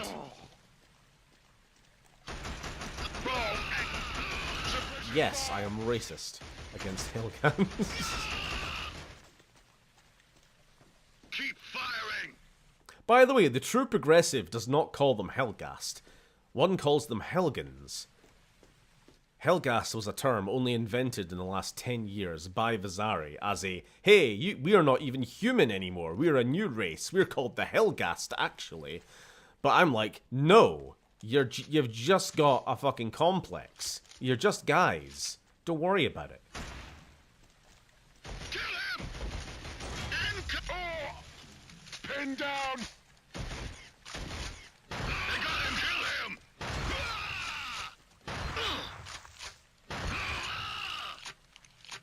Ooh man, that audio is crunchy. Just the game audio, or is the stream audio starting to break? It hasn't done that in a long time, but there is a possibility the capture card sometimes goes a little wonky and needs a refresh. It's the game audio, that's fine, that's fine. It is a PS2 game. It just be like that. Even in the HD remaster. Compressed PS2 audio, Steven. What if Scholar Vasari was rejected from art school? That's a point. We never know whether or not he got into art school in lore. I think he just went straight into politics. That's the real problem.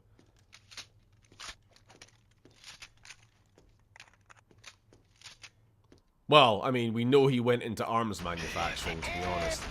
He came from a rich family. This is the thing about Vasari. He's a populist. By the way, I'm not talking about real-world politics, I'm honest. Vasari is a populist who rallies the people based along racial and ethnic lines, even though he himself was like a billionaire with a massively successful company, and completely privileged, never had to struggle at any point in his life, and also, getting into power only enriched himself, as I discussed earlier, coming from the arms manufacturing business, and then basically creating an entirely militarized society built on a war economy. What kind of person would get into politics purely for self-enrichment? Most politicians, but no. Yeah.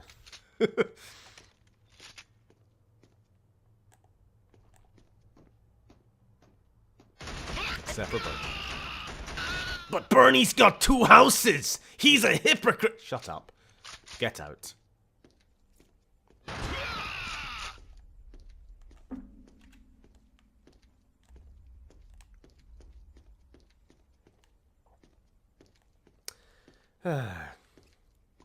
So he was your average Western politician. Western?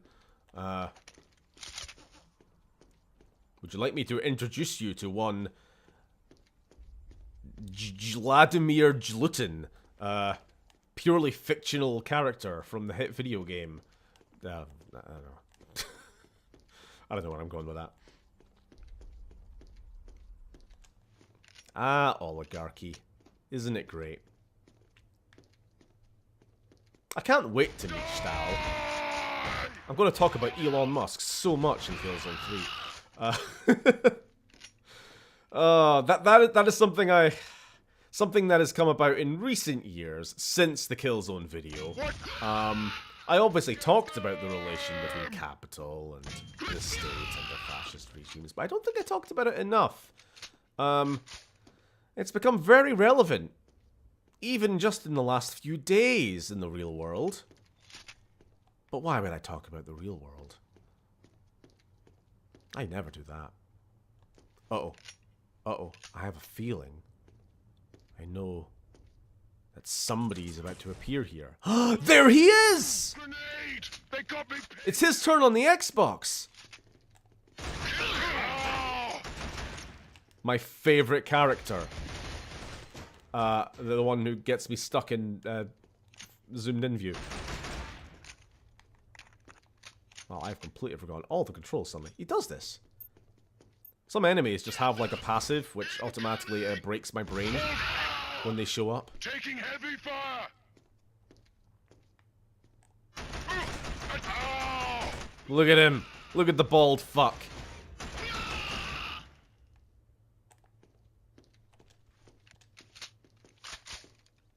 Anyone else?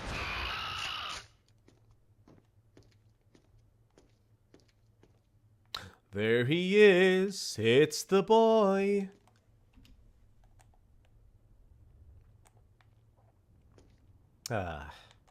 Good times. I'm going to get rid of this pistol. It's just annoying me. Every time I pick it up, every time I'm cycling through my weapons and I have to do this. Oh, gotta check there's a grenade inside. Stop it. Isn't Helghast just the true Team Baldy? It sure is.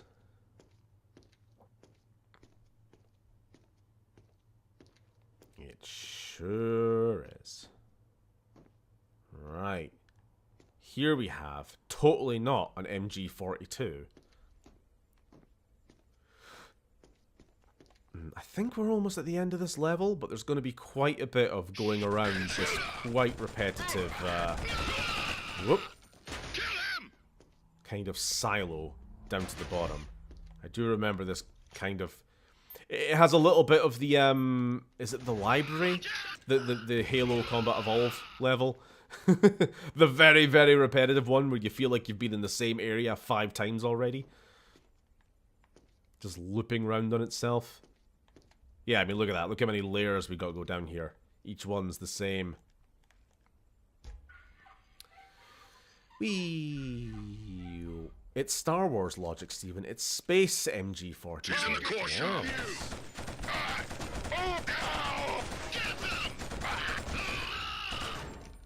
I gotta say, I can't wait till we unlock Rico. Best character in the franchise, Rico. Everyone loves totally not war criminal Rico. We'll get there. Yeah, anyway, he's definitely the easiest character to play. He has a giant gun, unique to himself. It basically just wipes rooms clean. And I think he has a higher health pool as well. So we're probably going to play him a lot. Not exclusively. We'll definitely want to, like, mix it up with the other characters. Except for Jan, because Jan is kind of boring. I gotta be real. I kind of get my fill of him in these first few missions, and then I never really want to play as him again. Even though he is, like, white man main character. I can't even remember what his, like, unique selling point is.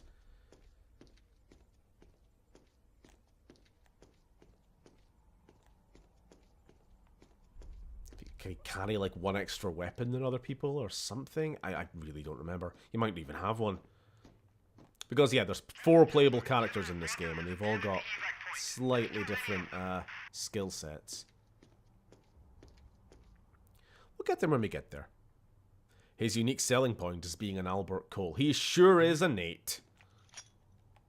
We love our Nates here on Red Scott Nating. Not to be confused with Red Scott Mating, the horrible other website that I have no affiliation with. I regret saying it. I don't even know why I said that. I felt filthy. A Nate, it's a little in joke about, like, the default player character in Fallout 4, Nate. He just has a very boring appearance. And you go through Fallout 4, and every now and again, you just see Nates. You just see where the developers couldn't really be arsed creating much of an original look to this NPC, and so they just look like Nate. Maybe with, like, a beard, or a slightly different skin tone. Kill them! That's a sight? No, I mean, it might be, but I'm not looking it up. Ah!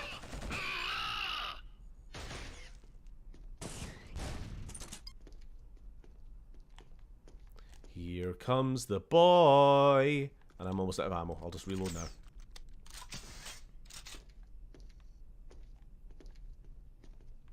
Dun, dun, dun, dun, dun, dun, dun, dun, dun. By the way, a bit late to say this, but did you like my starting soon screen? I liked my starting soon screen. I thought it was quite good. I'm gonna die.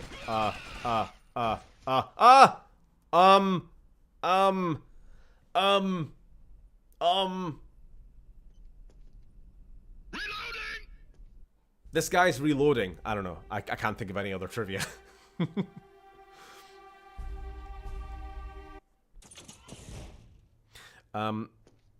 Gotta go. I'm out and the stream won't stay unfrozen, but I got shit to do anyway. Ah well. Sorry to hear. Catch you later, Philip. Grenade! They've got me pinned down.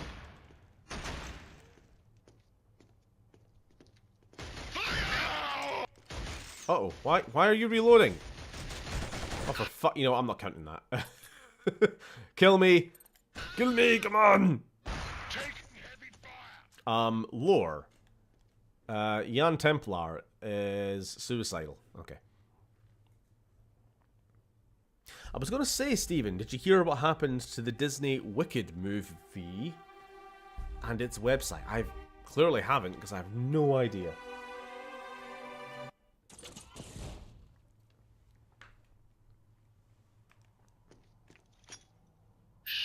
It's them! Whee! Grenade! They got me Let's pinned reload all of down. our weapons before we attack.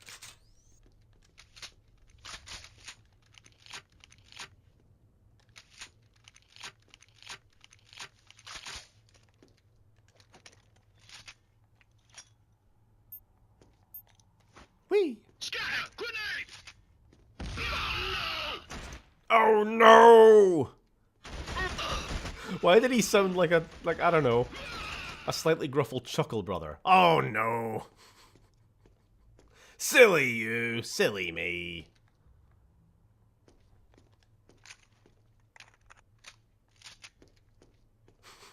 What the? I bet the Chuckle Brothers would make a good couple of Helghast grunts. Alright, I need you to go into that building and execute all those civilians, and no slacking! 5% of my audience know what I'm talking about. Enemy spotted! Stop him! A lot of parents were pissed. Okay, let's see what the hell you're talking about. Disney made a website for Wicked to sell its toys, but if you look it up, it straight up takes you to a porn site of the same URL. A lot of parents were pissed. That's funny. That's very predictable, but very funny. How did nobody check this? Disney, what are you doing? What are you doing with all that Disney money, Disney? Disney? Stop making bad Lion King live action in the biggest quotation marks imaginable movies, and spend that money doing like other things. Like basic checking of websites. I don't know. Surely an intern can do this. Covering fire!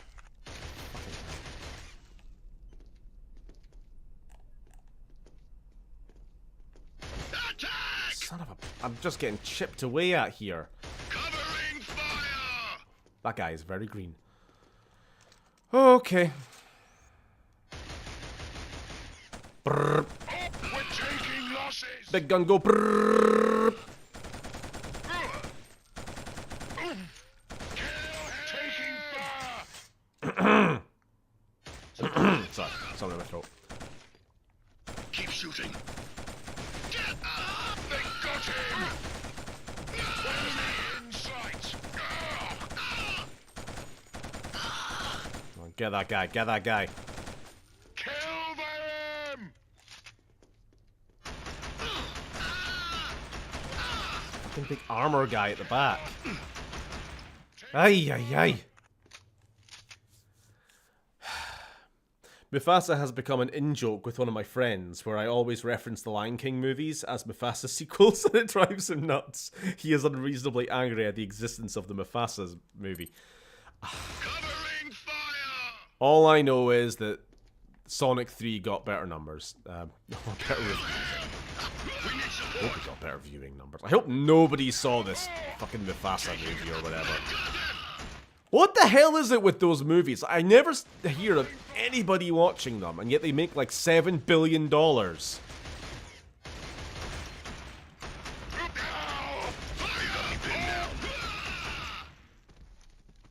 Is it just like parents who don't know any better? Like, oh, let's take, like, I saw The Lion King when I was a kid. I'll take my kids to see this movie. Not being aware of any of the context, that it's just a fucking cash grab. Oh, I don't know, maybe there's some freaks out there who actually like them. I don't know.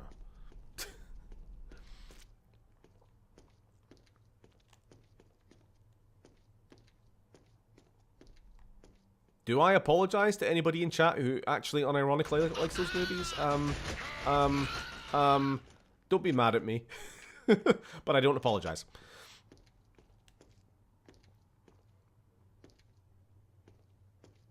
Huh? I watched the Rohirrim anime.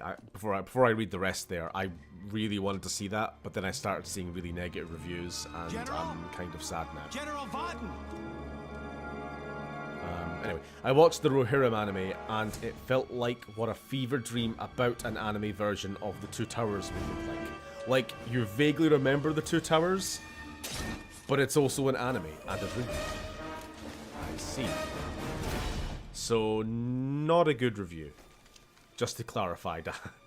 Recommended or no? Well, I'm thinking no. You're in my hands again, Templar. If you know me. It's a woman! They made it woke! I take it you're back on active duty. You think? Graduated 6 weeks early.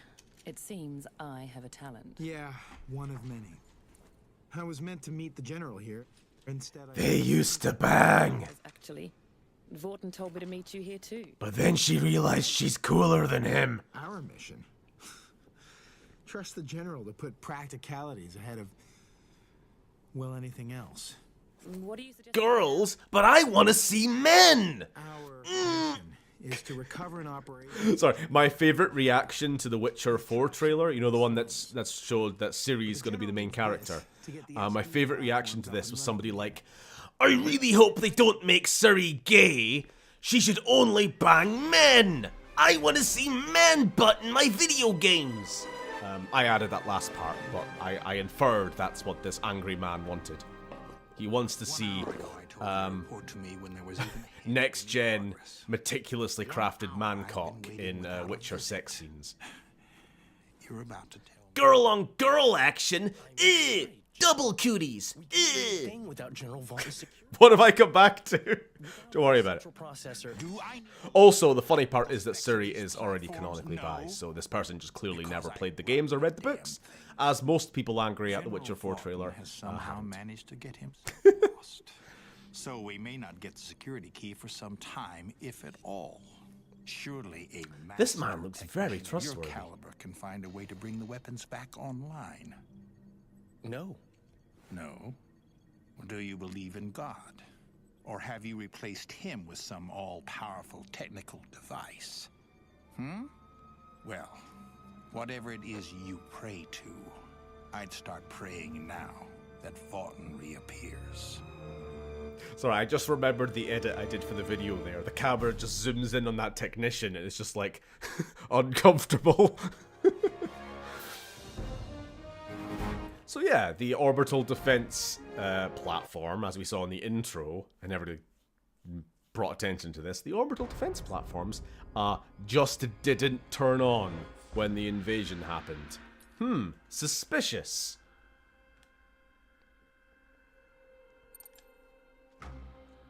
And the commander in charge is lacking the arming keys for the orbit to ground weapons. These tunnels will lead us back up to the surface. Alright, we're going to try playing as the girl now. Keep out of sight.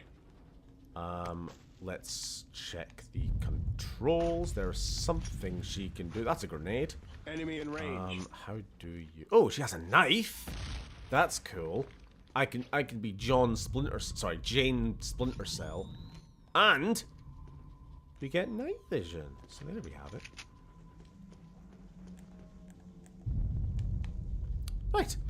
Ambivalent review. If you see the poster and are excited, go watch it. If you think it looks like a trashy poster, then don't watch it. Also, be aware of the most idiotic siege tower of all time. Also, there is like one girl boss line in the entire movie, and it's so dumb we laughed in cinema. We don't call it Hornburg anymore. It's Helm's Deep now, but it's also still called Hornburg still? That doesn't make any fucking sense. I always assumed the Hornburg was the keep, but Helm's Deep was the overall, like, fortification. But, I don't know, maybe that's me just talking out my arse. As I'm oft to do. Damn, the audio compression on Templar's voice is crazy. Yeah. Also, it's a shame they didn't upscale the cinematics at all, because those cutscenes are crusty as hell compared to the rest of the game. I hear something. Take a look. Yeah, night vision.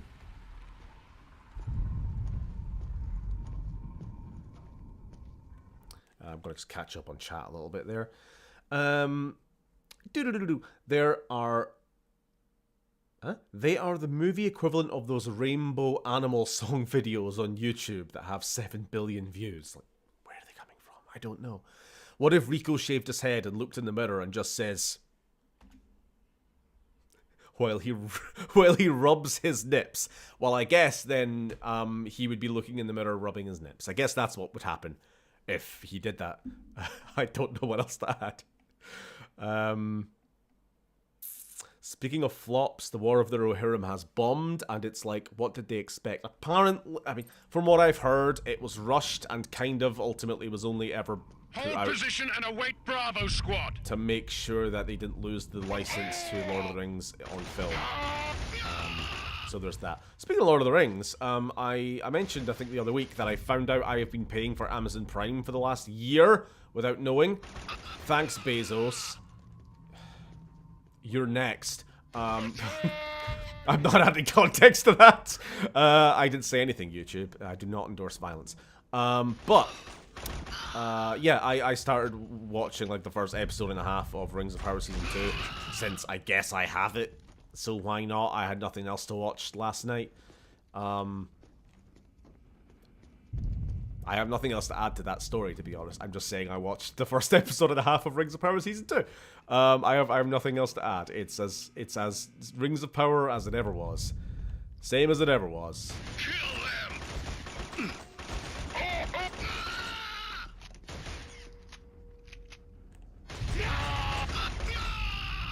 Yeah, we're really stealthing here, aren't we? We're doing a great job at the stealth. Bravo squad, be advised, we've lost contact with Alpha squad. Oh no, not Alpha Squad.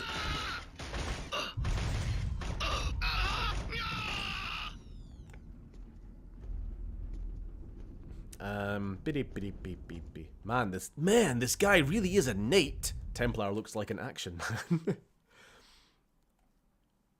I fucking lost it to Witcher 4. I'm so happy for it. I'm glad. There wasn't really anything that excited me in the recent game reveals. What the fuck is a general doing with that kind of haircut? Well, you see, he's a greasy spaceman who lives on a satellite, and doesn't get much oversight from his superiors. Also, he looks like some kind of wrestler, but I don't know enough about wrestling to say who. If he looks like anybody in particular, somebody who know, please make a reference. Otherwise, forget I said anything.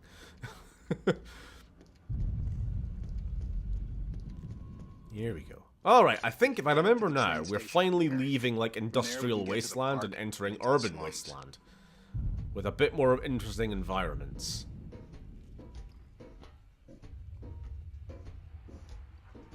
The only problem I had with the Witcher 4 trailer is her having Witcher mutations when she was too old to go through the Trial of the Grasses. I'm not a Witcher fan. I'm aware of some of this stuff. I know what you're talking about at least, but I just have to say, like, maybe there's an explanation in game, and maybe everyone losing their shit about it now. Not saying you're not losing your shit, but other people online certainly are. Maybe they should, like, wait for the game to maybe give an explanation. I'm sure we've been down this rabbit hole a few times with games, where it's like, there'll be a release and somebody will be like, but a Jedi can't do that, that's breaking the lore! And then, like, the actual game or movie explains why it's like that, and then they're like, oh, okay, I guess that makes sense. There might be an explanation, that's all I'm saying.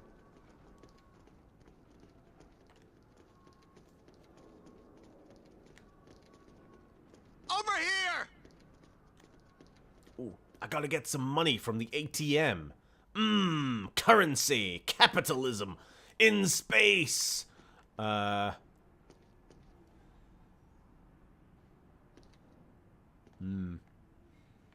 do enjoy, like, fake advertisements for things. Helghast have barricaded themselves in the other building. Well, hello, are We you need bald? someone to get over Are you? there and blow up the door. No, you just got a very best receding qualified hairline. to Let me do see. it. The Let me charge see. is Let me already see. on the door. Let me see. You need to get across the bridge and activate it. You know what? Close enough.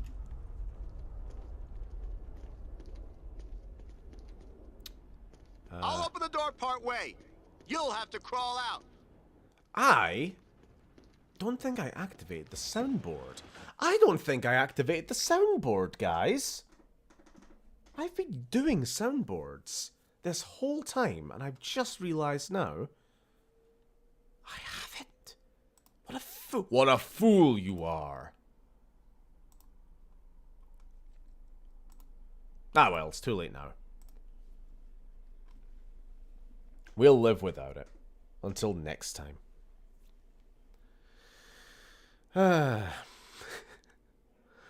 We went from Mario 64's Mario's head in 64 to fully modeled immaculate cock.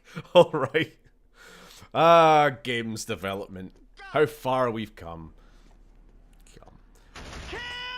Honestly, with the Hellzone crossover in Divers 2, Contact. Killzone, but whatever. I don't know if we're just calling it Hellzone. Like the combination of Helldivers and Killzone. We're just gonna call it Hellzone from now on. They may make a new Zone game. Again, like I was saying earlier, I would love it. If Guerrilla are not interested in making Killzone games anymore, and would rather play with their Horizon action figures until they get bored, then let someone else do it. You know, license the IP out. I vote for an RTS, like I was saying earlier. But I'll take whatever, honestly. Oh, there's a sniper. I think. Yeah, here we go. Damn it! Covering fire! Magic! Kill him! Oh, shit. Oh. Where are yous? Why do I keep this? I think my control. This is like an actual PS3 controller that's like, I don't know, 15 years old or something. It's not perfect. I think the analog. You need to click in the analog stick to aim down sights, so it sometimes de-sticks. It's a little wonky.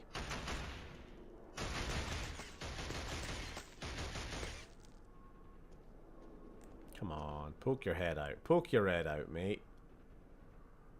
I'm your mate. Oh, here we go. I knew there was something else I was supposed to do. So depending on what character you... This is a cool little thing about the first game that they never do in the others. Because there are multiple protagonists, depending who you play as, there are sometimes slight deviations in the actual objectives. So I think if you're playing as Jan, you're just sniping the enemies. But if you're playing as a Luger, you're sneaking over. Okay, I think I'm planting a bomb here. Run. Nice job, Luger. It's them.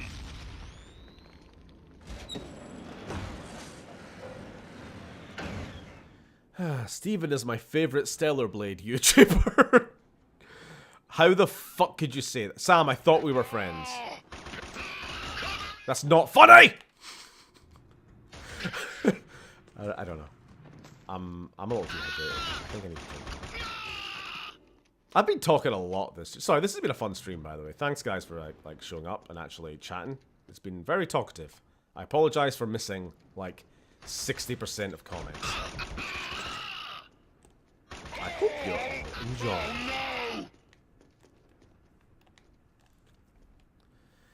enjoy. Lord of the Rings show... Lord of the Rings show is actually fun if you cut out anything but the Sauron. Oh, I just hit Sauron scene when I decided I couldn't actually be arsed, and I just wanted to go and get stream ready. So maybe that explains. Hold fire. No, sorry. Oh, I'm dumb. Sorry, I was thinking Sauron. No, Sauron. Whatever. They've been fine so far, I guess. Wow, I just lost like all my health. Can I get some back, please? Please, there we go. Thank you.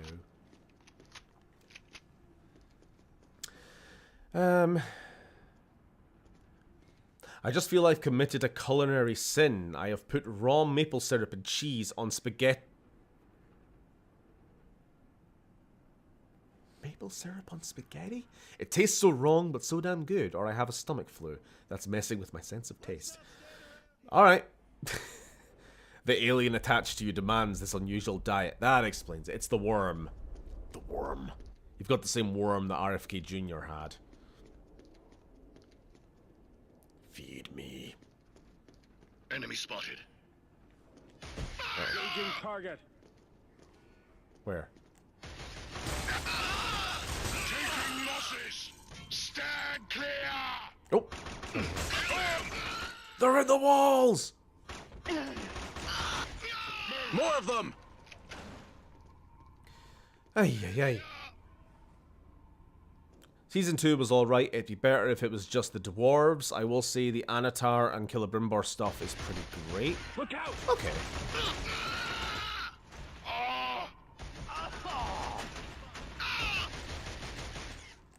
And, contradicting to Hans in chat, I guess. Or was it Hans?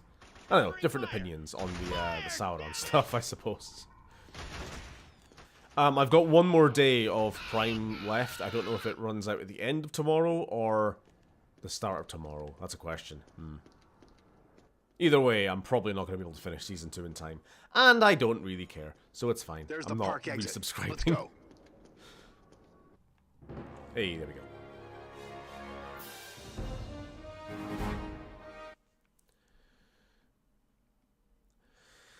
My main issue with the Witcher 4 trailer is that I'm so over the franchise. I just noticed my cat was sleeping on the sofa. We need to find Colonel Haka somewhere in the slums area. Hello. There should be an entrance in the park. Oh, baby. And we still don't know where General Votten is. My main issue is that I'm so over the franchise, I can't be bothered to care. The only Witcher property I would be interested in would be about a person I don't know. Okay. Fair. I don't know. I'm not really into Witcher. I tried playing Witcher 3. I say tried kind of loosely. I started a new game twice on 2 very different occasions. Second time, like, alright, this time I'm going to get into it. And then I didn't. So, you know, is what it is. I just didn't really care for the combat, to be honest. I think, like... Hello! Want a piece of me? No, no, no, no, no, no! Some ISA coming here from the station. No, no, no, no! Ba-da-bup. Hey there, boyo. You're bald. Did you know that? Did you know that you are, in fact, bald?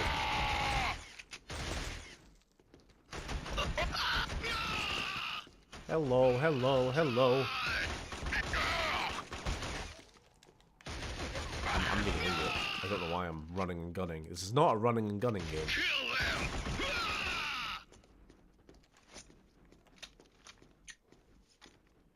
Alright, here we are.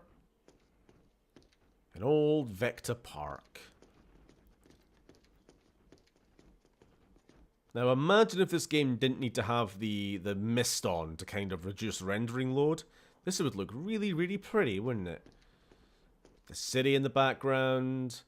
The horrible concrete urban city in the background. Alright, I will say, you know what? I was throwing a lot of shade towards Shadowfall earlier. I will say, Vector City looks fucking beautiful in that game. Very good looking game generally. Still holds up. Like, it was literally a launch title PS4 game. Still looks pretty much as good as anything else coming out these days. So, there is that.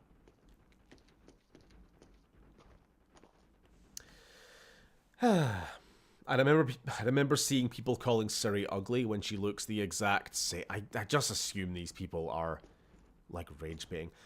I think, like, a lot of these people are just, like, every time they see any woman in any game trailer from now on, they're going to, like, go straight on Twitter and be like, fans should make your game. They made them ugly. I, the world's largest Witcher fan, who has totally played the games and totally read the books, thinks that they ruined this character, Ciri, who I am very familiar with. They ruined Ciri. She used to look so good, now does not. This is feminism, and the wokes did this. I am very smart. But they're all liars. Like, I just have to assume they're all fucking just doing it for the attention, or the culture war. Bollocks. Or they're all just gay and hate women. I mean, that's entirely... They might just not like women. Yeah. I'm sorry. I don't know what to tell you. It's fine. You're allowed. This is permitted. Not Witcher, but I've definitely reached that sort of burnout point on a few franchises I like. Anything in particular, Sam?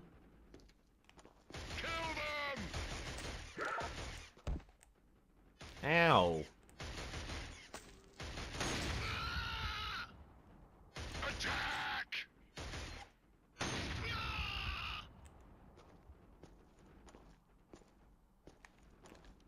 Quick reload. You know what? I think Helldivers has kind of broken me. I used to be much more fastidious about reloading, but I had to like unlearn this in Helldivers because you lose ammo. You have to really want to like have your mags empty before you reload. Otherwise, you're just throwing ammo away. But I don't think that's the case here. I'm fine. I can reload.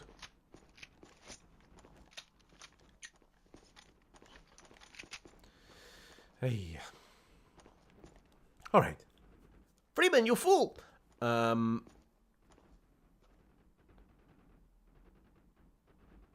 General Adams looks to me a bit like Kevin Thorne, which is a very weird obscure pick. Fair enough. I'm glad he looked like someone. Aside from Like a Dragon, I too am franchise fatigued. I miss trilogies from auteurs. Imagine doing what you could to the Mario 64 head to an immaculate cock. You'd feel a bit hollow inside after a while, eh? You know, 3 hours. I love the directions that my chat goes. I love how I facilitate these kind of in-depth conversations on game design and the human condition and words.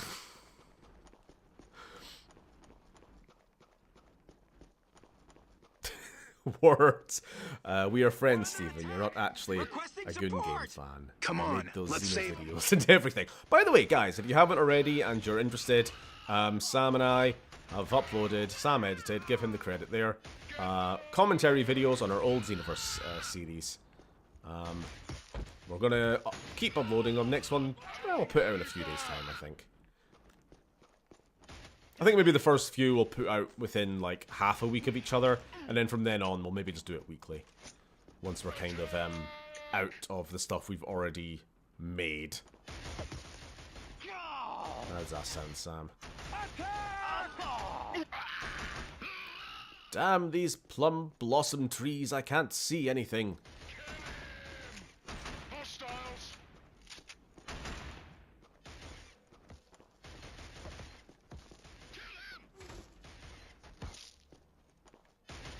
Oh, what we got? I see you.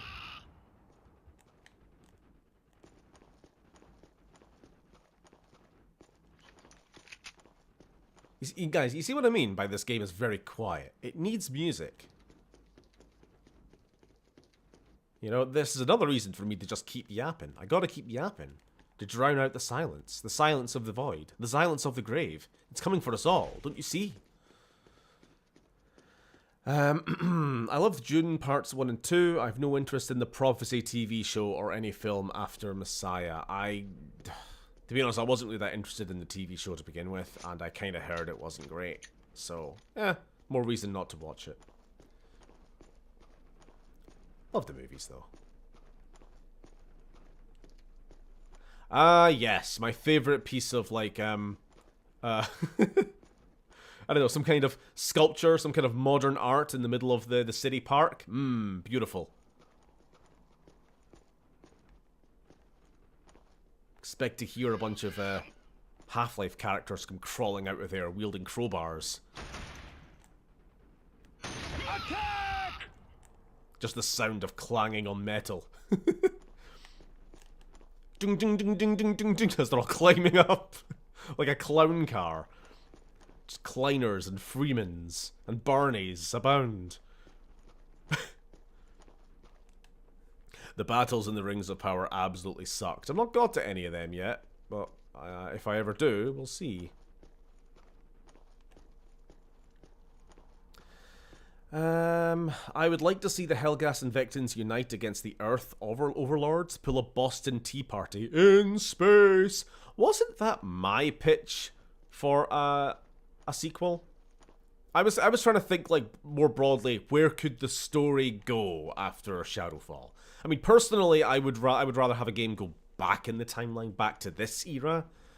You know, the Second Extra Solar War.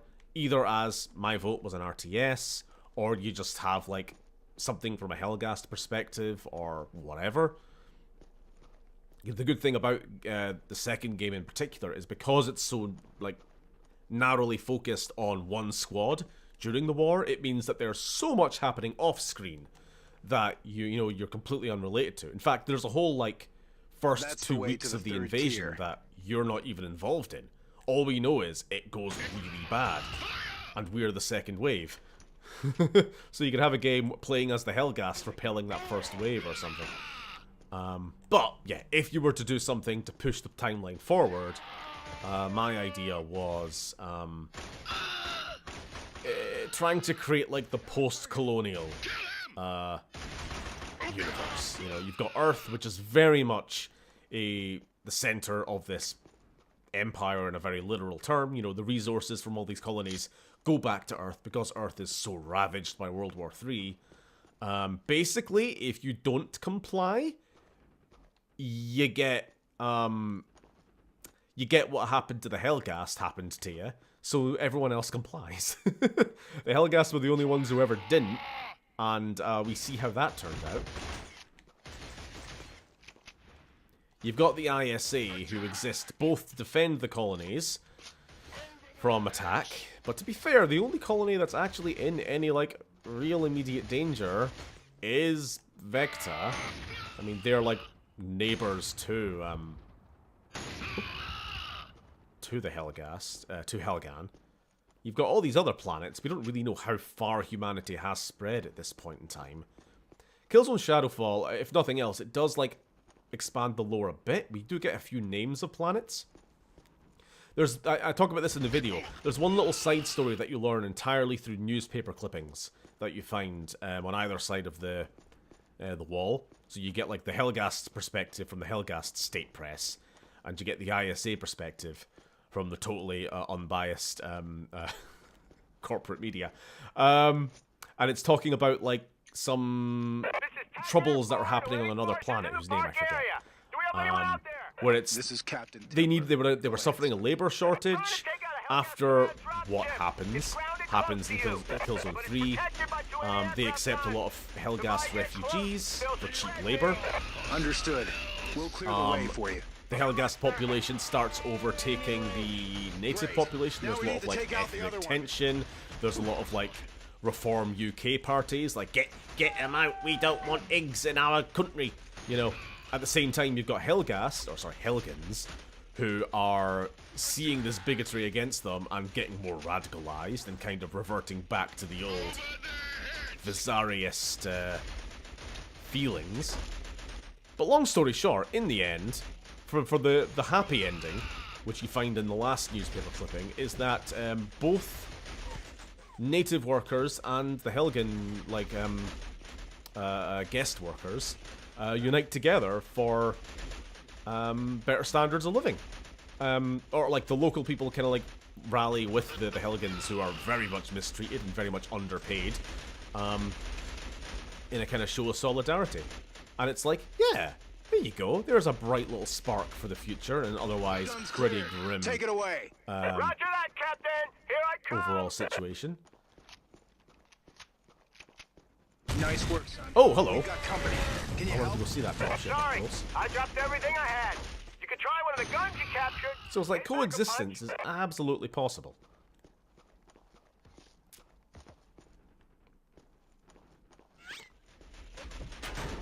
Can I open this? I'm sure I can. Yeah, here we go. Right, let me catch up on chat a bit. Even though I'm late, it's still been fun watching the stream after a while of not being able to catch it. Good. I'm glad. I hope Sunday night's still good for people. It's been a while since we did Sunday streams.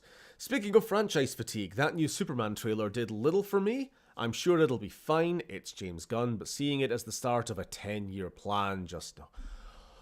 I got tired reading that. I got tired reading 10-year plan. Fucking hell. I mean, I didn't see the trailer. I've no real interest. I've no interest in superhero movies at all anymore. And I was never that into Superman. Jesus Christ. They need to stop doing this. This is the same trap. It's the same pit they keep falling into again and again and again. Just make a good movie. Just make a movie, and if it's successful, if it's good, make more. Stop with this, we're making a movie to make sequels for the next decade. You fucking idiots.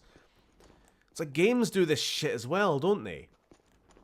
Like, not exactly the same thing, but look at like Concord or something like that. Here's a game that we spent a decade making to be the next big live service. This is going to be the next Overwatch, the big live service that everybody's playing and will play for the next 10 years.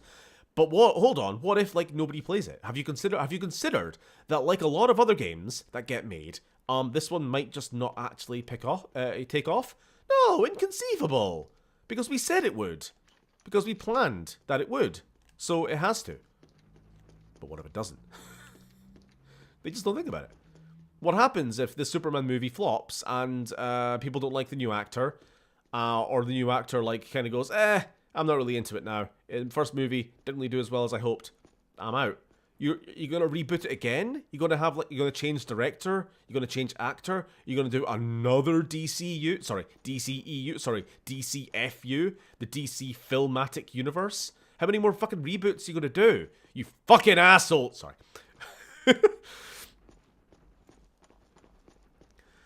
Yeah. Thing about the new Dragon Age, its soundtrack is that what you're saying? It's OTS. It's so insufferable and I'm gonna start again, I apologize. The new Dragon Age is so insufferable and condescending. It spends all the time talking down to the player and forcing real-world issues down your throat, which is incredibly off-putting. I mean, I don't know about that. I haven't got to any of that yet. I guess I'll just be honest if I see it. I did see the line where you have the one Kunari character who's like, I'm non-binary, or something. At least I hope that was a real screenshot and I wasn't lied to by the internet. Imagine such a thing. Not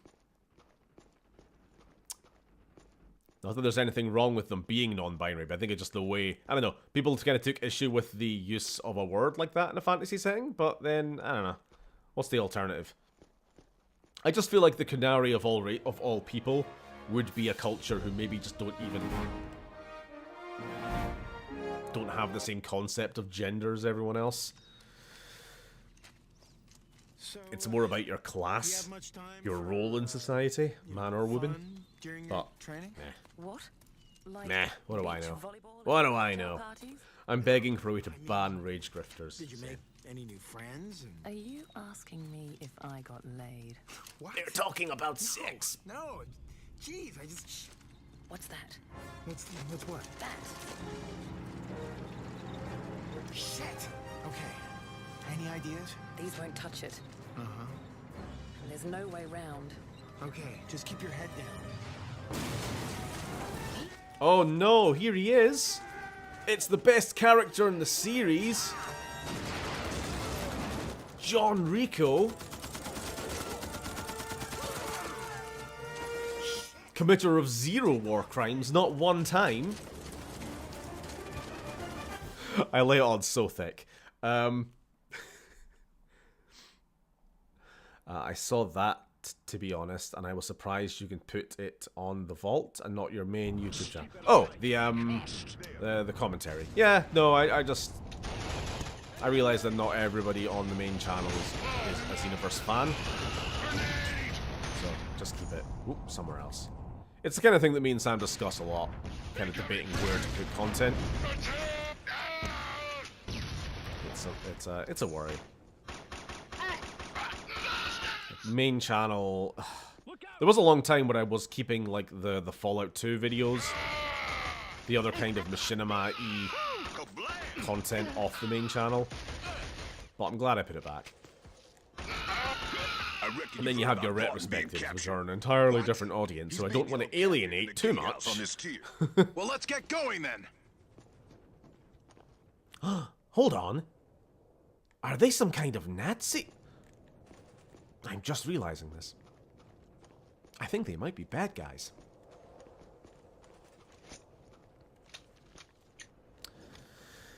I wonder how a Mass Effect Killzone crossover would work. Not in any kind of serious way, but probably just in the same way that, like, I don't know, a Dead Space Mass Effect crossover happened once or twice, where you just kind of have, like, Isaac armor, but it's got the N7 color scheme, or vice versa. You know, nothing that's actually like, oh my god, this confirms they're in the same universe, because they're not. I saw people saying this about the Killzone Helldivers thing, like, wait a minute, they mentioned Stal Arms. This means they're in the same universe. Even though that makes zero fucking sense, because it makes zero sense. It's inconsistent lore entirely, but whatever. It's just a fun. It's just a fun crossover. Don't think about it. Over there.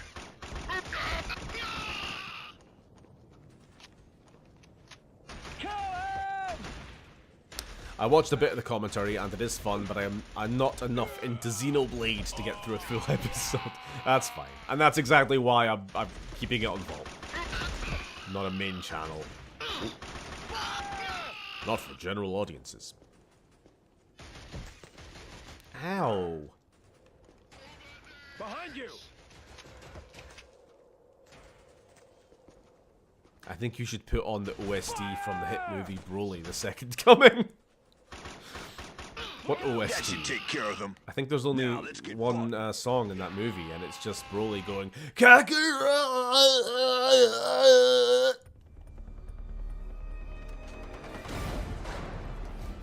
The next Helldivers crossover will be Resistance, then Knack. General, are you alright? Yeah, I'm fine. Jan, did you get the security key? Right here, sir. But the command base is lost. What's the situation out there now? Messy. We had trouble getting here. If it hadn't been for this guy... Sergeant Rico Velasquez, sir. Well, Sergeant, it seems these two owe you, It's the enemy who owe me, not these two. The Helghast scum wiped out my entire platoon, and they'll be paying off that debt in blood for as long as I breathe. Sir. I see. I'm not concerned about this guy's mental state at all. Side, Jan? Absolutely, sir. Sergeant, how would you Stephen like is to fluent join in Captain Japanese. Timber, True. Marshal Luger, on a mission of great importance to the war. How about a game set during the first extrasolar war? Marshal. I'd be down. I don't know how much like widespread appeal there would be for that. Amen. Given it's kind of before the Helghast or even a thing back then.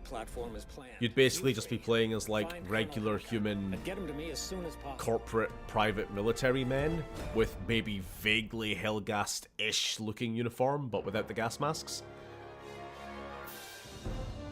I mean, I'd play it, because I'm a fan, but like I say, I don't think it would have the widespread appeal. It would be like playing, I don't know. Like, I don't know enough about Halo lore to give a Halo example. I was going to say, like, a Mass Effect game. People always say, like, let's have a Mass Effect game, but set during the First Contact War, where, you know, when mankind first meets the Turians. And it's like, okay, it's an interesting bit of, like, lore in the series, but as, like, a game story, that means, you know, no Shepard, no Reapers, no any other alien races, to be honest, because, like, humans don't meet the Asari or the Solarians or the Krogan or anybody else until after that war is concluded. So it would just be humans and human soldiers running around in, like, slightly worse level tech and Turian enemies. Do you want to play an entire RPG, an entire 40-hour RPG like that? Especially when you know how it ends? Again, as a fan, probably, but like mainstream appeal, probably not. Then we need to find a way down. These elevators look like they've seen better days. Let's take the stairs. I'm gonna read through the rest of chat here because I'm so behind. I have to ask, were you excited for the new Turok game that got announced? I was interested, certainly. I can't say I was excited because I don't know enough about it. I don't like that it looks like it's third person. I want to go back to a classic run and gun first person shooter like the old Turok games, but I'm happy that it's there, and I'm happy that it looks more like the wackiness of the original games, not the boring Space Marine 2008 one. Killzone 2 taking place on the second wave would be great. Well, Killzone 2 does take place on the second wave. Killzone 2 spin-off taking place before the second wave from the Helghast POV would be great. Yeah, okay, got there in the end. In the outro of Shadowfall, you assassinate the ISA Trump successfully. True. 10-year plans are the fucking worst. It ruins all spontaneity and fun. That's another thing. If you plan ahead too far, it becomes like paint by numbers. Oh no, we've got to have this movie set up this character because 3 films down the line we need to introduce Dr. Doomsfield, and he's got to have his ex-wife who's got the kids on Wednesdays and every second weekend, and it's like, just let the movie happen, you fuckers. Let the movie happen. First time I heard of Concord was when it was being pulled from stores. Legit had no idea what it was. Yeah, you and like half the other planet. Cavill Superman wasn't really celebrated either. It was actually quite canned. I know, I was there. I saw it in theaters when it came out. I think I saw it when I was in China, when my sister lived there, and I was visiting her, and it's like, hey, let's go see a movie. The Chinese love superhero movies. Superman's on. And then we left it, and it was like, that sure was a film. It's just in hindsight, people like Cavill for being a dork. True. I worry a little bit about Henry Cavill, to be honest. So he's not Superman anymore. He left The Witcher because of creative differences. He's gone all in on this Warhammer Amazon show, and I don't know if that's actually gotten off the ground yet or not, or ever will. And I kind of hope he hasn't worked himself into a corner by being a little bit too choosy in his projects, because he was kind of riding a bit of a high for being in a couple of like high-ish profile genre movies, and now he's just kind of like, well, I was stuck on this project which is now dead, and also I'm having trouble getting other studios to pick me up because I'm now known as difficult to work with or something. You know, I had this thought a couple of weeks ago, and I hope it isn't the case. Reply to non-binary being said in fantasy. It's a bit of a Tiffany problem.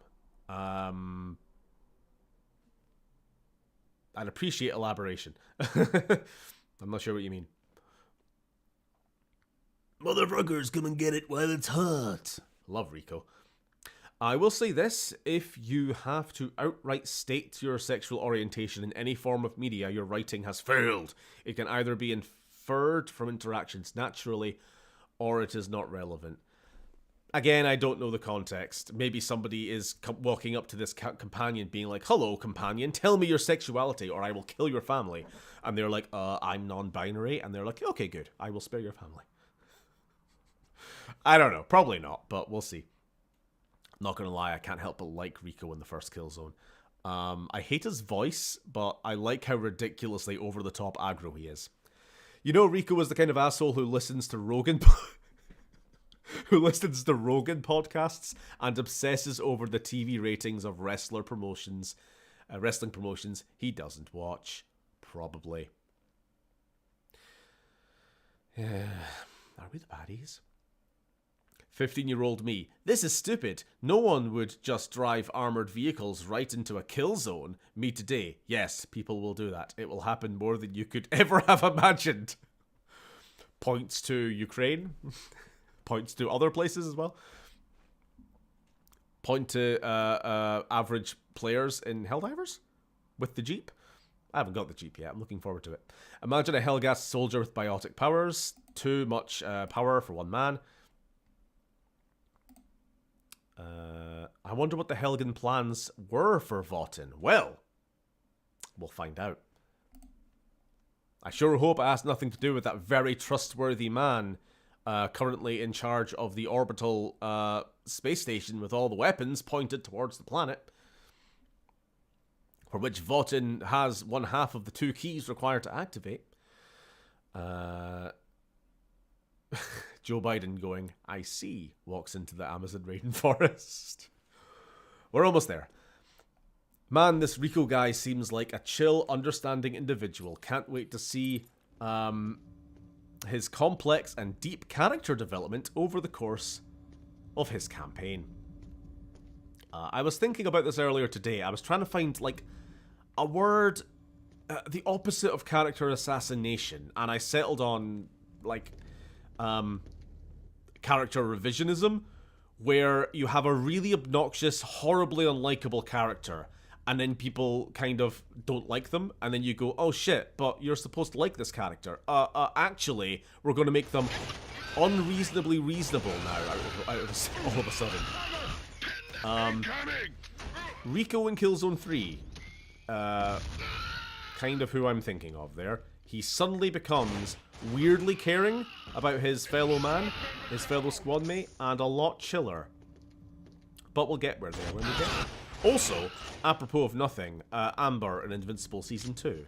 Almost certainly because people really didn't like Amber in Invincible Season 1. And then Season 2 comes along when she's like, actually, I am totally fine with you ditching me to go be a superhero. I am completely okay with this. Please don't yell at me, Internet. I am a good girlfriend who expects nothing in return for my love. Please stop yelling at me.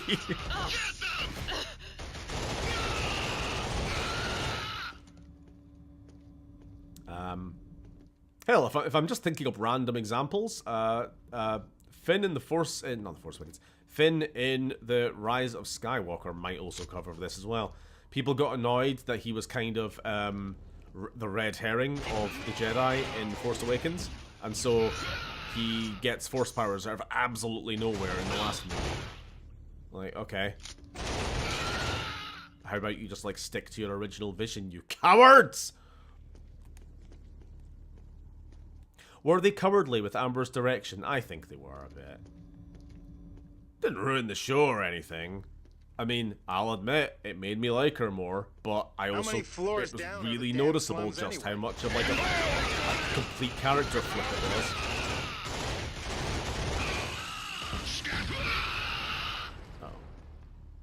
Anyway, as I was saying earlier, this is Rico. Can you see why he is a very easy character to play as? A little bit overpowered. Also, this entire level is just walking down staircase. I think if you... Yeah, actually, if you play as Luger, you are stealthing down the elevator shaft. If you're playing as Jan, then what are you doing with your life? And I can't actually remember characters before. More Helghast!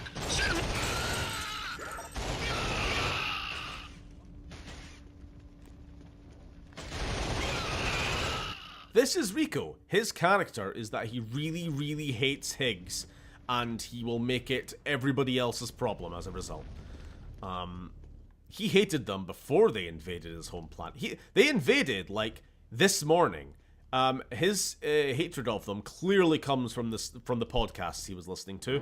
It could not have developed this vigorously, this fast. That's what I'm saying. That's my story, and I'm sticking to it. I'm confident we're never getting Mass Effect 4. We'll see.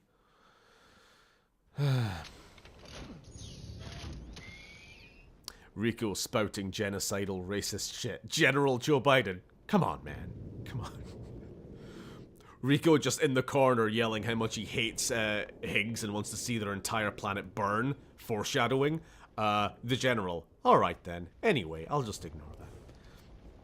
Didn't Mass Effect's First Contact War only last a few weeks or a month or two at most? Yeah. It wasn't like a big conflict. I mean... I've just played Mass Effect 1 again, big surprise, for like the 14th time, unironically, a few weeks ago. So I've got this fresh on the brain. But it's funny that the First Contact War is known from the humans' point of view as this really big deal. It was the first time and only time in their history that a human planet had been colonized by an alien force. You know, it was the first time they'd ever engaged, fleet-to-fleet action and blah, blah, blah, blah, blah. But from the Turian point of view, the war's called like the Relay 557 incident or something like that. It's like some really bland name, like barely a footnote in their history books. Because from their point of view, it's like, oh, we met this strange new race who were trying to do something they shouldn't have been doing. We intervened, we fired on each other, we followed them back to a colony Helghast. and occupied it for a couple of days, and then there was peace. It's like barely an inconvenience. Again, another reason why I think people really haven't thought through the idea of like a First Contact or Mass Effect game. It should, if they're going to do that, make it a TV show, an anime, or a like a comic. I say anime because there was a really bad Mass Effect anime already. Good job. Which I Let's couldn't move finish. on. So maybe not that. An animation of some sort. TV show.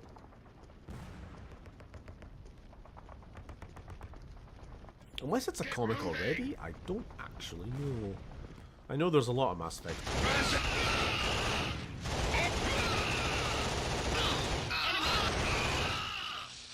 Don't even have to aim.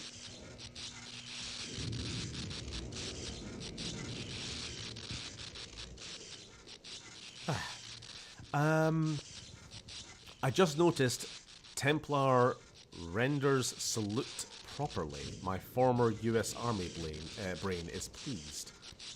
Okay, good. You say 10-year plans are trash, but the new Austrian government just agreed to solve the current budget crisis in 7 years. They have a 5-year period. I hope they... I wish them all the best. Sure. Mass Effect 4 will probably be Veilguard in space. Different team, so hopefully not. The 40k show is happening. Also, Cavill is going to be the lead in the Highlander reboot by the John Wick guy. I have not heard anything about this. Which will also be made into a franchise with a 10-year plan for sequels and spin-offs and... Get fucked. Oh, he gave birth. I'm sorry, I didn't realize you were expecting. Isn't nature beautiful? The newly hatched Helghast Grunt has yet to develop his sturdy helmet on birth. Over time, his hat will expand to consume the rest of his bald scalp, protecting him from the rigors of combat and the climate of his hostile environment.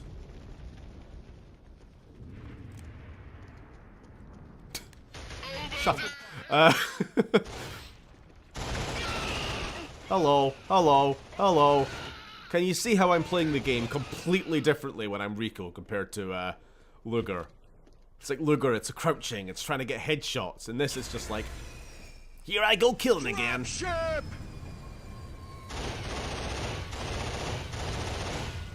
Enemy in range! I can't remember if this is destroyable or if you're just meant to take cover. You wait for it to finish its load.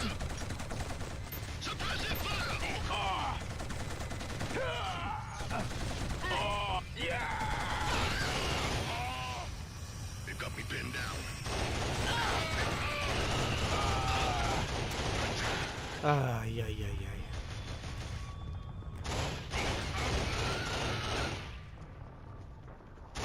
Hello.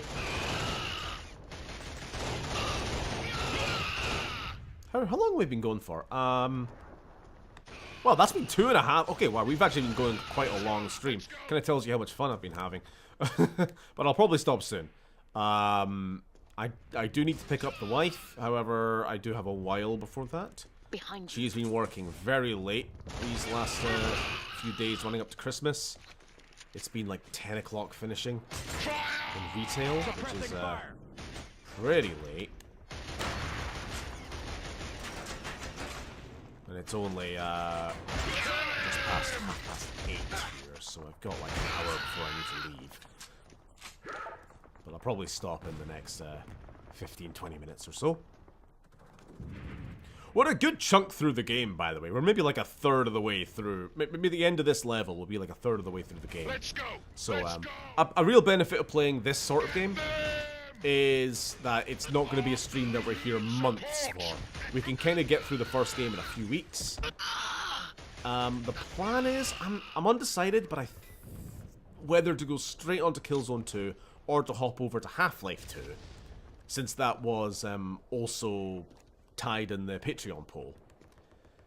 It's kind of whether you want to like stick to one game at a time and kind of get the full shebang, or if you want to kind of split it up a bit. We could do like Killzone 1, Half-Life 2, Killzone 2, Half-Life 2 Episode 1, Killzone 3, Half-Life 2 Episode 2.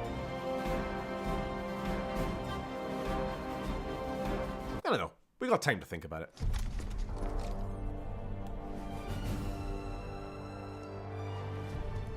Oh, here we go. So we're looking for this Colonel Hacker. Fucking Helghast style. The spy who supposedly has some information for us. Oh wait, we're not meeting him yet, but we're meeting him soon. No time. You're here for the spy, aren't you, Hacker? Hey, what I said. let me just give you... The spy Hacker. Where is he? Has he been captured? Helghast. Through there 20 minutes ago. Templar? You've got a surprise coming when you...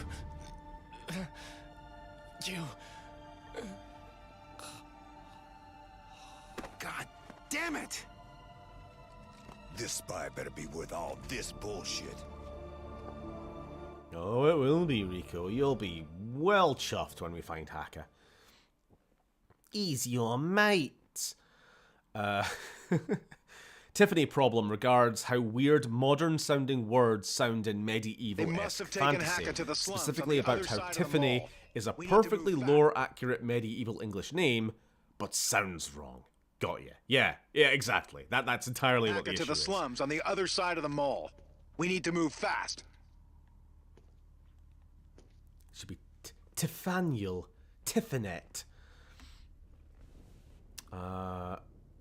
Cyberpunk wrote a trans character beautifully. It wasn't forced, and they were likable. This is a problem. This is a general problem that we're gonna have for a very long time still, and we've always had about like including minorities in games, in media generally, and that's that it's often perceived as being forced, or like, why did they have to be gay? Why couldn't they have just been normal? What story purpose does them being gay add to the story? Obviously I'm being kind of snide here, but you kind of see what the problem is, don't you? Like, sometimes somebody's just gay, or somebody's just trans, or somebody, funnily enough, sometimes somebody can just be a woman. I know. And they don't need a reason to be so. But the way it's written, I don't know, it can come across as forced, even if it logically makes perfect, like, there's no reason why they couldn't be. On one hand, it's just a case of people need to get over it. Their own kind of biases are getting in the way. On the other hand, there absolutely are cases where characters are forced. You can kind of feel the intent behind the character being written the way they are. And it doesn't have to be behind you. Like, minority. In the very same token, a character can be very forced to feel as male, masculine, big tough guy as possible, to a point where it comes right around to them being kind of pathetic. You know? Cover me! It's kind of why I'm terrified. I wonder what would happen if they ever released a Duke Nukem game completely self-seriously in the modern age, and not have him be like, not just, obviously Duke Nukem is like a funny game series, but it's usually funny in a sort of like, haha, man does piss, isn't that funny? Rather than like, well, if you saw my Duke Nukem stream, you remember very woke Duke Nukem. He's like, what were some of the lines? I don't know. In the Duke Nukem voice, just saying things like, things that you would expect from the wokes. I'll just leave it. But I feel like if you tried to write a Duke Nukem type character completely self-seriously, it would come across as eye-rolling. And like, what are you, is this your idea of like a big tough man? Did your dad leave you as a kid? Were you without a parental figure? Do you listen to Joe Rogan? You feel lucky? Cover me! I need some ammo for me big gun. I need to go brrrr. This only goes brrr a little bit. It's only a little bit. Ow. Ow. Ooh. Oof. Oh, sorry. Tangentially related, we're talking about like bad writing in Veilguard. I have been, as I've been playing it on my PS5, I've been taking little recording clips in case I do a review on it. And the clips I'm taking are anytime there is really cringy Marvel-esque dialogue. Like, there was unironically, within the first, like, 2 hours of the game, a character goes, like, tries to do something, it fails, and then they go, awkward. I'm not joking, it's delivered like that as well. It's horrid. One of the, you know, the little dialogue wheel, you know, the BioWare dialogue wheel. Somebody says, like, the only way to get rid of the demon inside me is to kill me. And you got, like, the Paragon, the angry renegade, and then, like, the sarcastic, jokey responses. And the sarcastic, jokey response is just, oof. It's not a very well-written game. Yeah, anyway, that's all I have to say. No prisoners. Yo, Steven, you want to grind super credits together? I accept no if you prefer being bad and poor. No, I'm good. I'm absolutely down to grind super credits. I don't know what your ideal way of grinding super credits is, but mine's is to play basically a trivial or an easy mission because the maps are tiny and the like locations, the little like colony houses where there's always something in the basement are like super compact together. So you can kind of run through the whole mission and get like between 20 and 50 super credits a run. And it takes you like 15 minutes tops. And you can do it without really thinking, so you can be listening to a podcast or something in the background. But if you know of any easier ways, or more interesting and faster ways at the very least, I'm perfectly happy doing some higher level missions for fun. I don't really need that many. There's like 6 days left of the Killzone crossover, and I've gotten the armor, I've gotten the helmet, and I'm about to get the weapon. It's like I just need another 300 credits tops to get the remaining few items. I'll get it all. And I'm off work for a few days, so I'll probably get it all before the before I go back. Is Rico a top 5 meat man? Maybe. Maybe, yeah. Yeah. Red Scott Gaming's top 5 meat men. Number 5. The Ogrim from 40k Darktide. Number 4. Rico from Killzone 1. Number 3. Who else we got? Who's your top 5 meat men, Sam? Sorry, this has nothing to do with anything. I just read from the next comment, big old manly man slapping meat, and we're talking about meat men, and it just made me think of something I saw on Twitter the other day.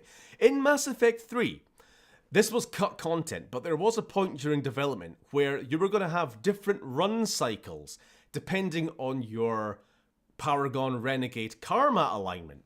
So, you know, in addition to having the, you know, the normal face or the scarred up evil looking face, your run cycle was also going to change. So, 2 run cycles.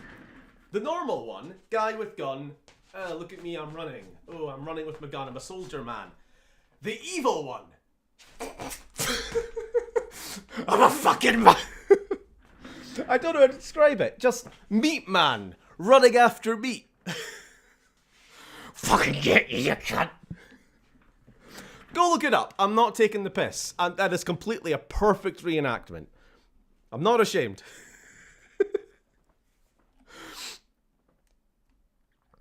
Wow, I'm still way behind on comments. It keeps going. Rico doesn't become all that reasonable in Killzone 3. He just becomes kinda cathartic after... spoilers. But he doesn't hesitate for a second to wipe out Helghast, yeah. He just becomes a bit more soft-spoken in his anger. Instead of, like, constantly yelling at Captain Narville, like, "You're a fucking idiot, we gotta take the fight to them," he's more like, "No, Captain, you don't understand. They're doing a big bad super weapon. We gotta stop them. You're the unreasonable one." Yeah, you know, that actually is entirely what it is. Now that I'm saying it, I'm like agreeing with myself. Yeah, they kind of make Captain Narville into a dick in the third game.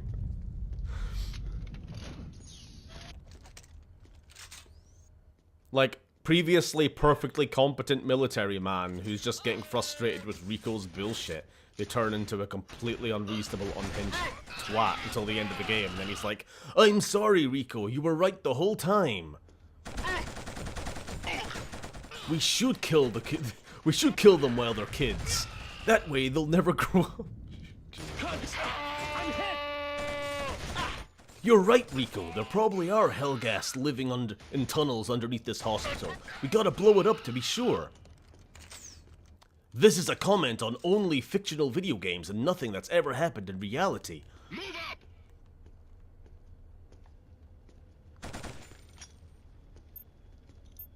Scatter! Grenade!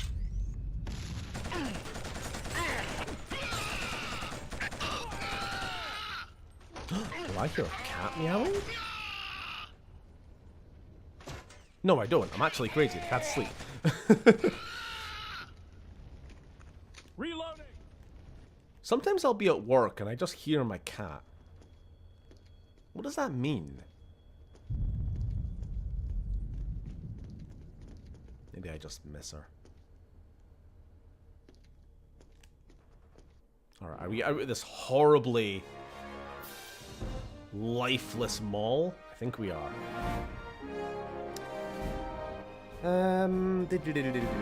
Didn't you have 10 playthroughs when you initially streamed Mass Effect 1?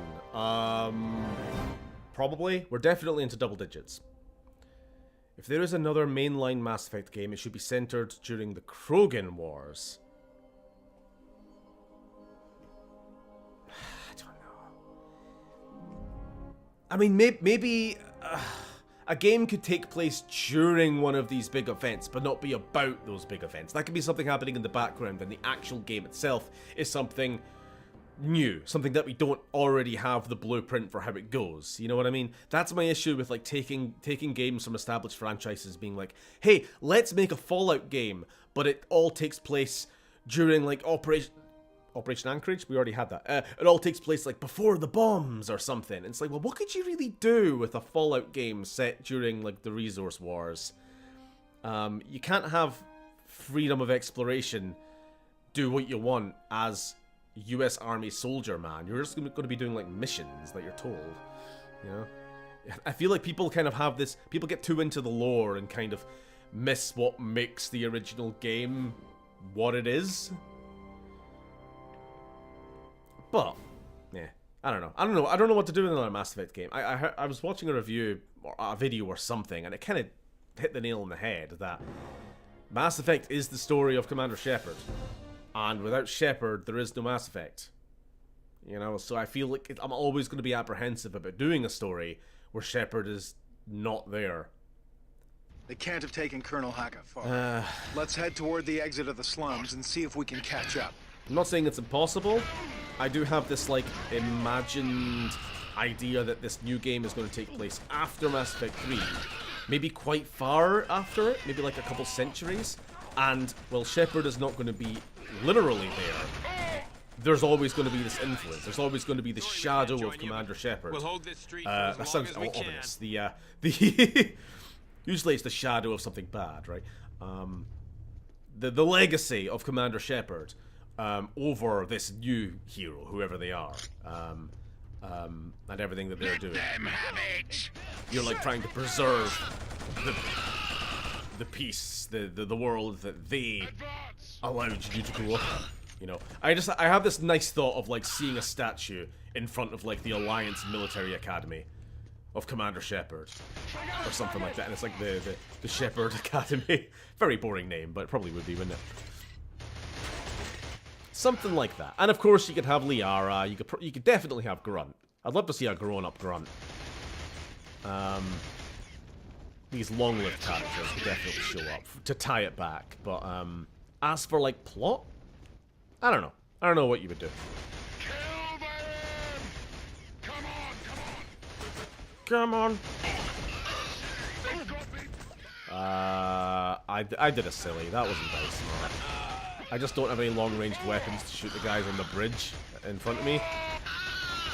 So we're just running and gunning, even though I don't have my run and gun anymore. Oh god. Yeah, I'm dead.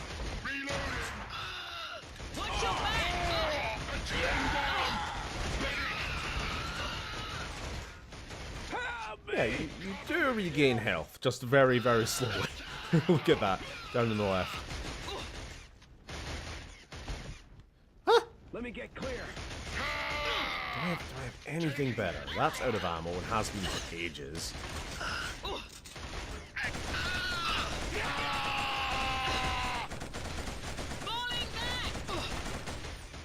don't think that's very accurate either. Maybe I'll just let the companions deal with them. They don't die. It's been 4 years since the... It's been 4 years. You still owe me $16 since the next Mass Effect game was shown. I know. We need to stop showing off games decades before they're ready. Jesus fucking Christ. It should be illegal. Okay, maybe not. But it should be discouraged. Harshly. They should be re-educated.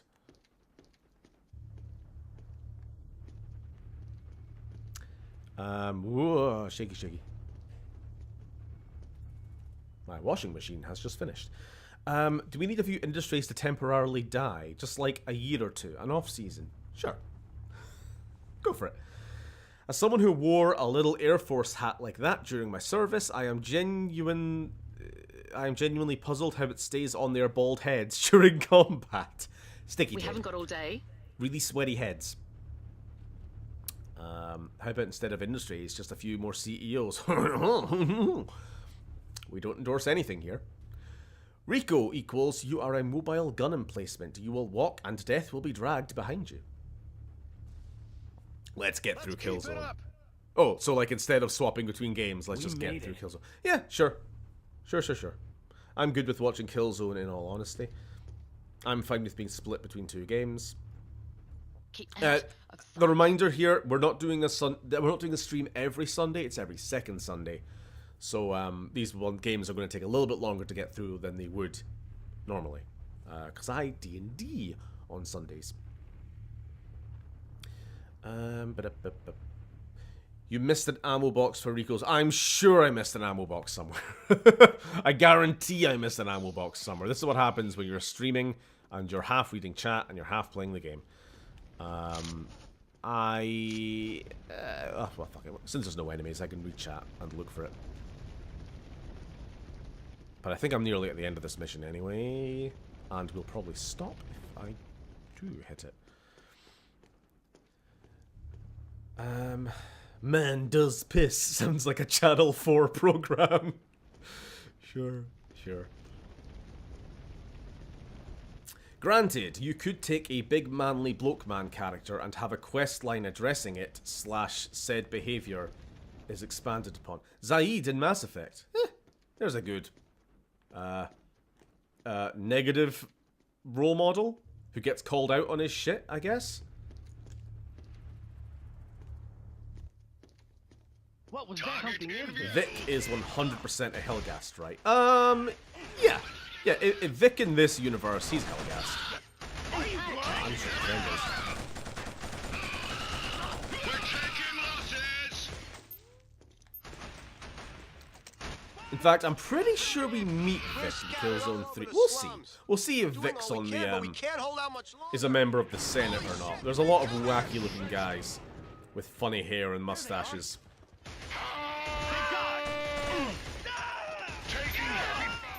General Orlok looks a bit Vicky, but he's definitely not. He's too EastEnders character to be better. He's like a Giga Chad Vic. Heavy MG! Rico! We'll lay down suppressive fire while If you want to spoil yourself, Google image Admiral or General? Admiral Orlok, Killzone 3. Kill him! Scatter! Grenade! Squad member down! Oh! Is that all you've got? Ammo out! He's Vic after a few protein shakes. And, Joe Rogan podcasts. I don't know. I'm obsessing with the Joe Rogan meme. We don't like Joe Rogan here, just to be clear. Just to be clear. Not a fan.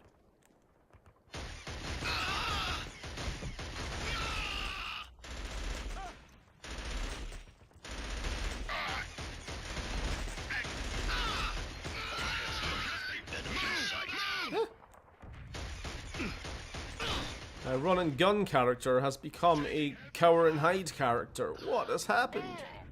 No! Gordon! This is mine now.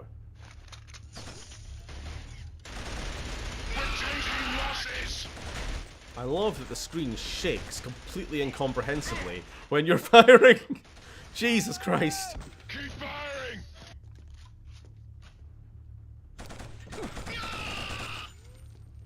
Alright.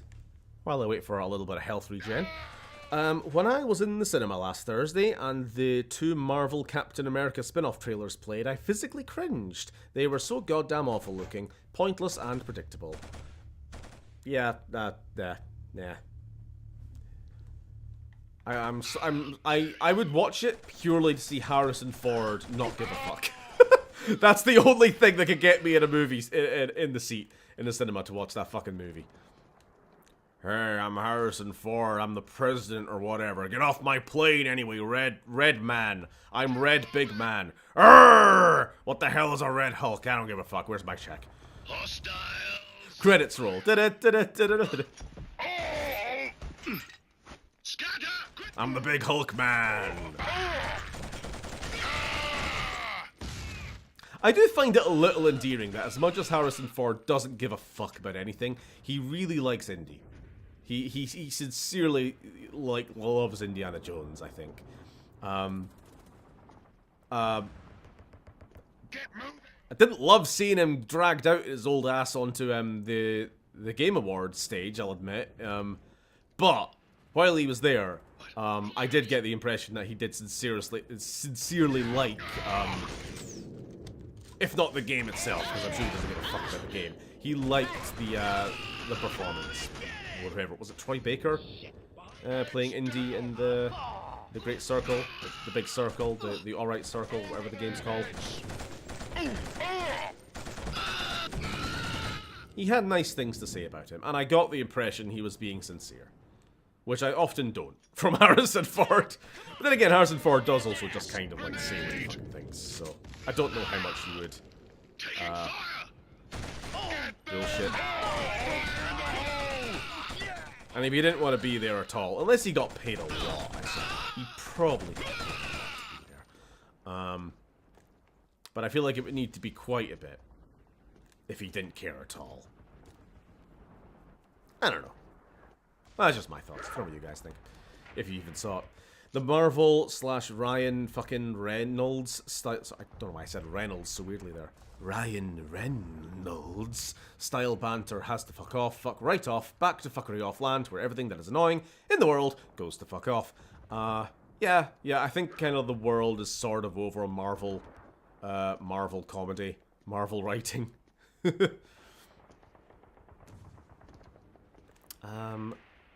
What is going on here? Is this a wall?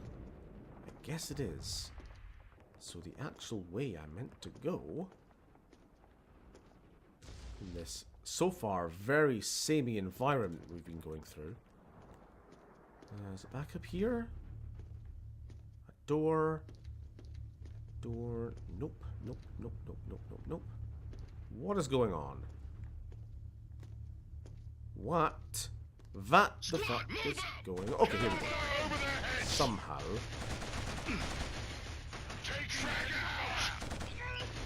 Aye, aye, aye. On the bright side, once we are past this section, we never have to go through an industrial environment again. Until the next game. But admittedly, in the next game, they're a lot prettier. So, I think from here on out, it's beaches, beach resorts, jungles, snowy mountains, and space stations. Vector City kind of looks like a trash heap in this first game. Besides that one park, which was kind of pretty, the rest of it's sort of a slum. Kind of makes you think the Helghast are right. Suppressing fire!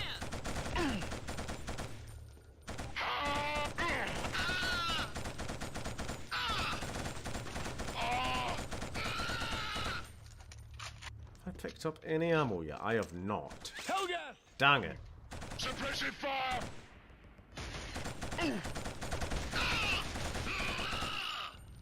I love them big meat men. Big bald meat men who take 1,000 shots to kill. I'll tag along on farming credits. No, you basically described the most productive way of farming credits. Good. Sorry, chat keeps jumping. I'm going tomorrow, so tonight is my last night until I get back from Devon to play anything. You wanna play some then? What about the Katara May skin, huh? Have you forgotten about that? I actually had forgotten about that. I might need to hop on Overwatch to see how available it is, or if it requires real world money, because that's gonna be a seller. I think this is the end of the level, so I'm gonna read chat before we end, and then probably end stream. Meatman requires a slight lack of personality. Marcus wouldn't qualify, as he is more than just meat. That's a very good way of putting it. Fallout, Marcus. I got that. More than just meat, you know. You laugh, but in Rising Storm 2, the difference in running animations at a distance is the safest way to tell the difference between GI Go Home and Viet Cong. Steven, you looked like a Muppet doing that. It's how he looks! Go look up on Twitter or something. Stand around here. Captain Narvel done dirty in Killzone 3. He's in a terrible situation, on the run and isolated behind enemy territory, abandoned by his own command. We'll definitely talk about it when we get there. I've always sympathised with Narvel. I always thought he was doing the best job he could in a bad situation, and him always banging heads with Rico is entirely deserved, because Rico's a war criminal. Fuck Rico. Is Broly a meat man? Definitely. Hearing meowing at work means that the brainwashing is going according to plan. Probably. The Ogren is a very good meat man, quite partial to Garlic Jr. and Sparking Zero. The Geth Juggernaut is a bloody fantastic meat man, ironically 0% meat. Legacy of the Shepherd. True. My pitch on a new Star Wars property has always been to scrap everything after Return of the Jedi, add a 300-year period of galactic peace, and the new conflict has Luke and co only as a myth and legend. I like that a lot. It's kind of the same vibe I was going for with my Mass Effect 4 or 5, whatever we're calling it, pitch.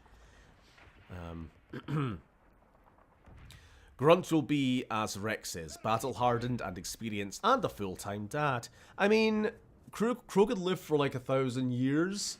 If we're talking like I guess like a 200 or 300 year time jump.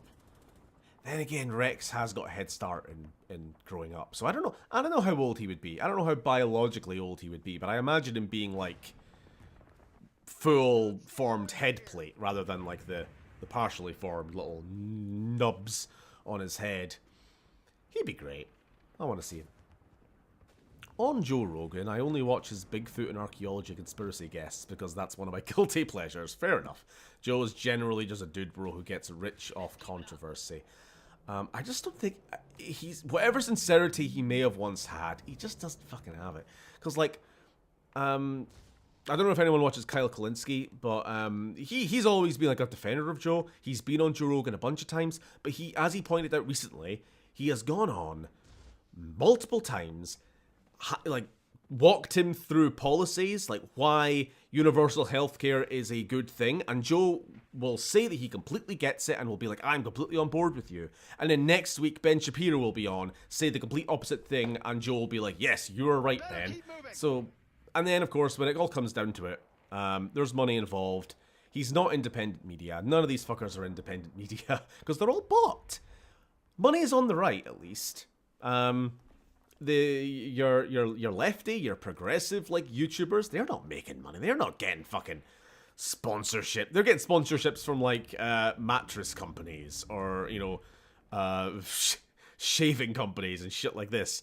They're not getting sponsorships from, like, Amazon or Spotify, you know.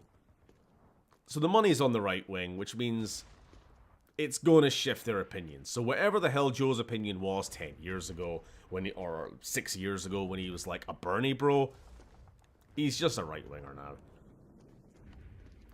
But he's still got to put on the same kind of persona as he always has. You know, I'm just here to have conversations. He knows what he believes. He's not your friend. Did you see where Ford had that Ford was obviously drunk at the Game Awards? I did see him stumble. I don't know if it was like a misread of the teleprompter or he just forgot what he was doing there, but there was a moment. Hey-ho. I think he also likes Blade Runner. Yeah, maybe. I only want to see that film for Harrison Ford saying, yeah, I'm the president. Red Hulk. Grr. Sure. Troy Baker voices Indiana Jones. He does a good job. What are you So I've actually heard that Indiana Jones game is really good. Which is a shame, because I'm probably not going to play it. Not for a while, anyway. When I found out it was... Is it Machine Games who did Wolfenstein? I can check that.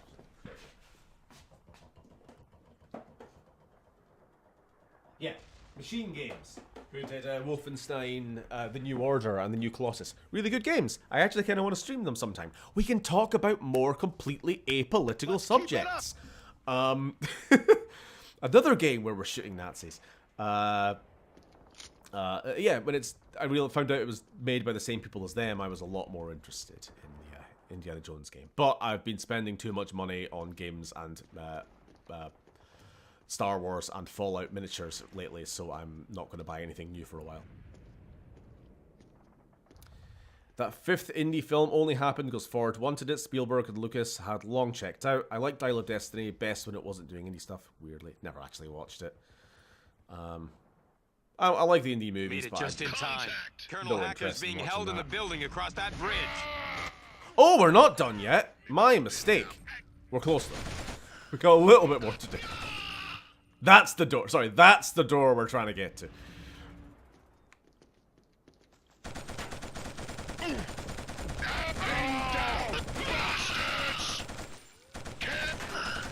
Just keeping the entire war on hold because I'm reading chat. You know how it is, guys. You guys understand.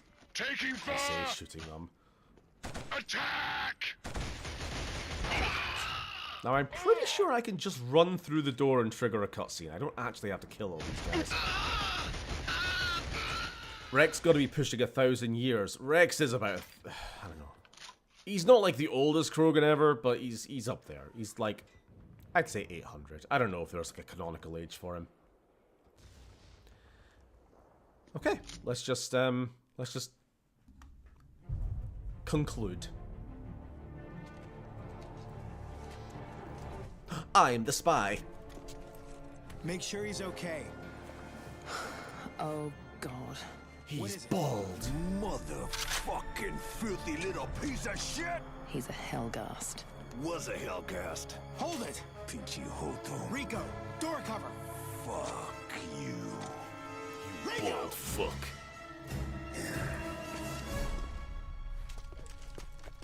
Bald fuck. Well, it's him all right. We've got the right guy. I did have that on a soundboard. I just didn't set it up correctly tonight. Half human. I don't want to fucking imagine how that works. And you know who we are? I imagine you're here to take me away. Your name's Hacker. Yes, Whose side are you on, Hacker? my side. Shit. We'll see Not what very side he's encouraging. on when I've got this baby shoved up his Sean father's- Pertwee, that's the voice actor. Also voices Colonel Radek in the second game, and Skeleton Smith guy in the Tomb of the Giants in Dark Souls. Begone, away with you! You'll spoil my focus. I've forgotten his name suddenly.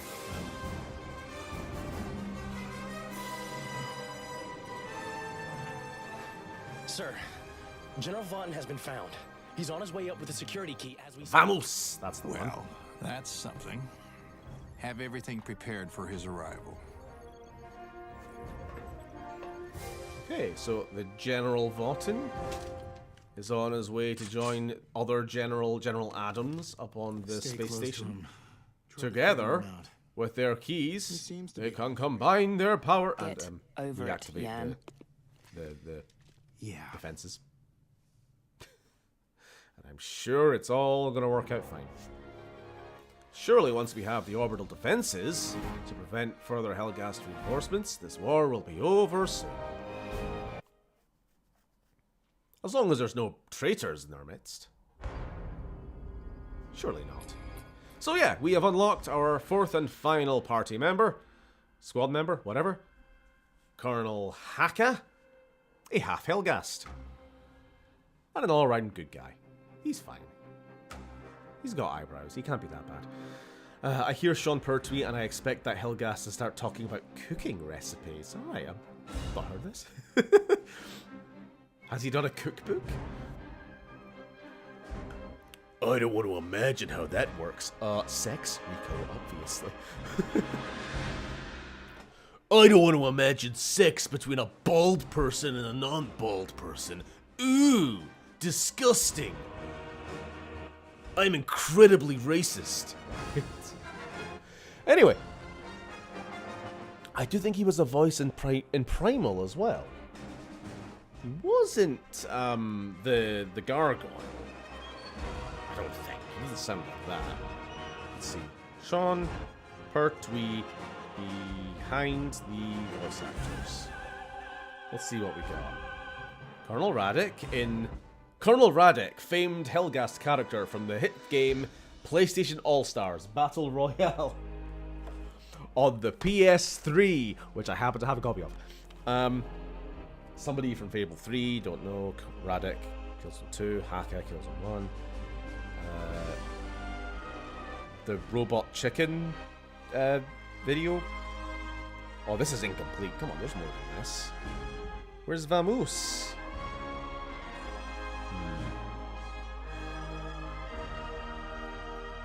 I only know Sean Pertwee for being the son of the Doctor Who man. Daniel Flynn is No! No! No!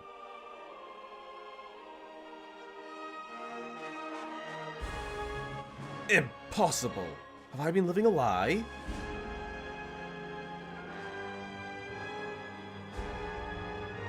Wow, I think this is a Bernstein Bear situation.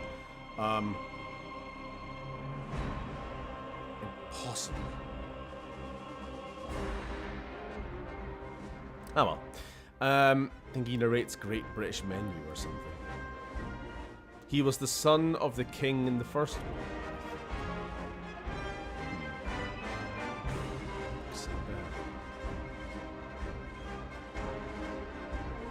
Oh, he kind of looks similar as well. Maybe they're like alternate dimension versions of each other. Anyway, doesn't matter. Hope you guys have had fun on this first installment of Killzone. Like I say, we're going to get through this game at this pace in not too long. That is a 3-hour, 20-minute stream. Rico looks so grumpy. It's cause he's full of bigotry and pasta, and he hasn't had a chance to get out of this armor all day. He's all, yeah, he's full. He's all backed up. All right, thanks for watching, everybody. I'm gonna take a break. Actually, in about 10 minutes or so I'm going to need to drive to go pick up Uni.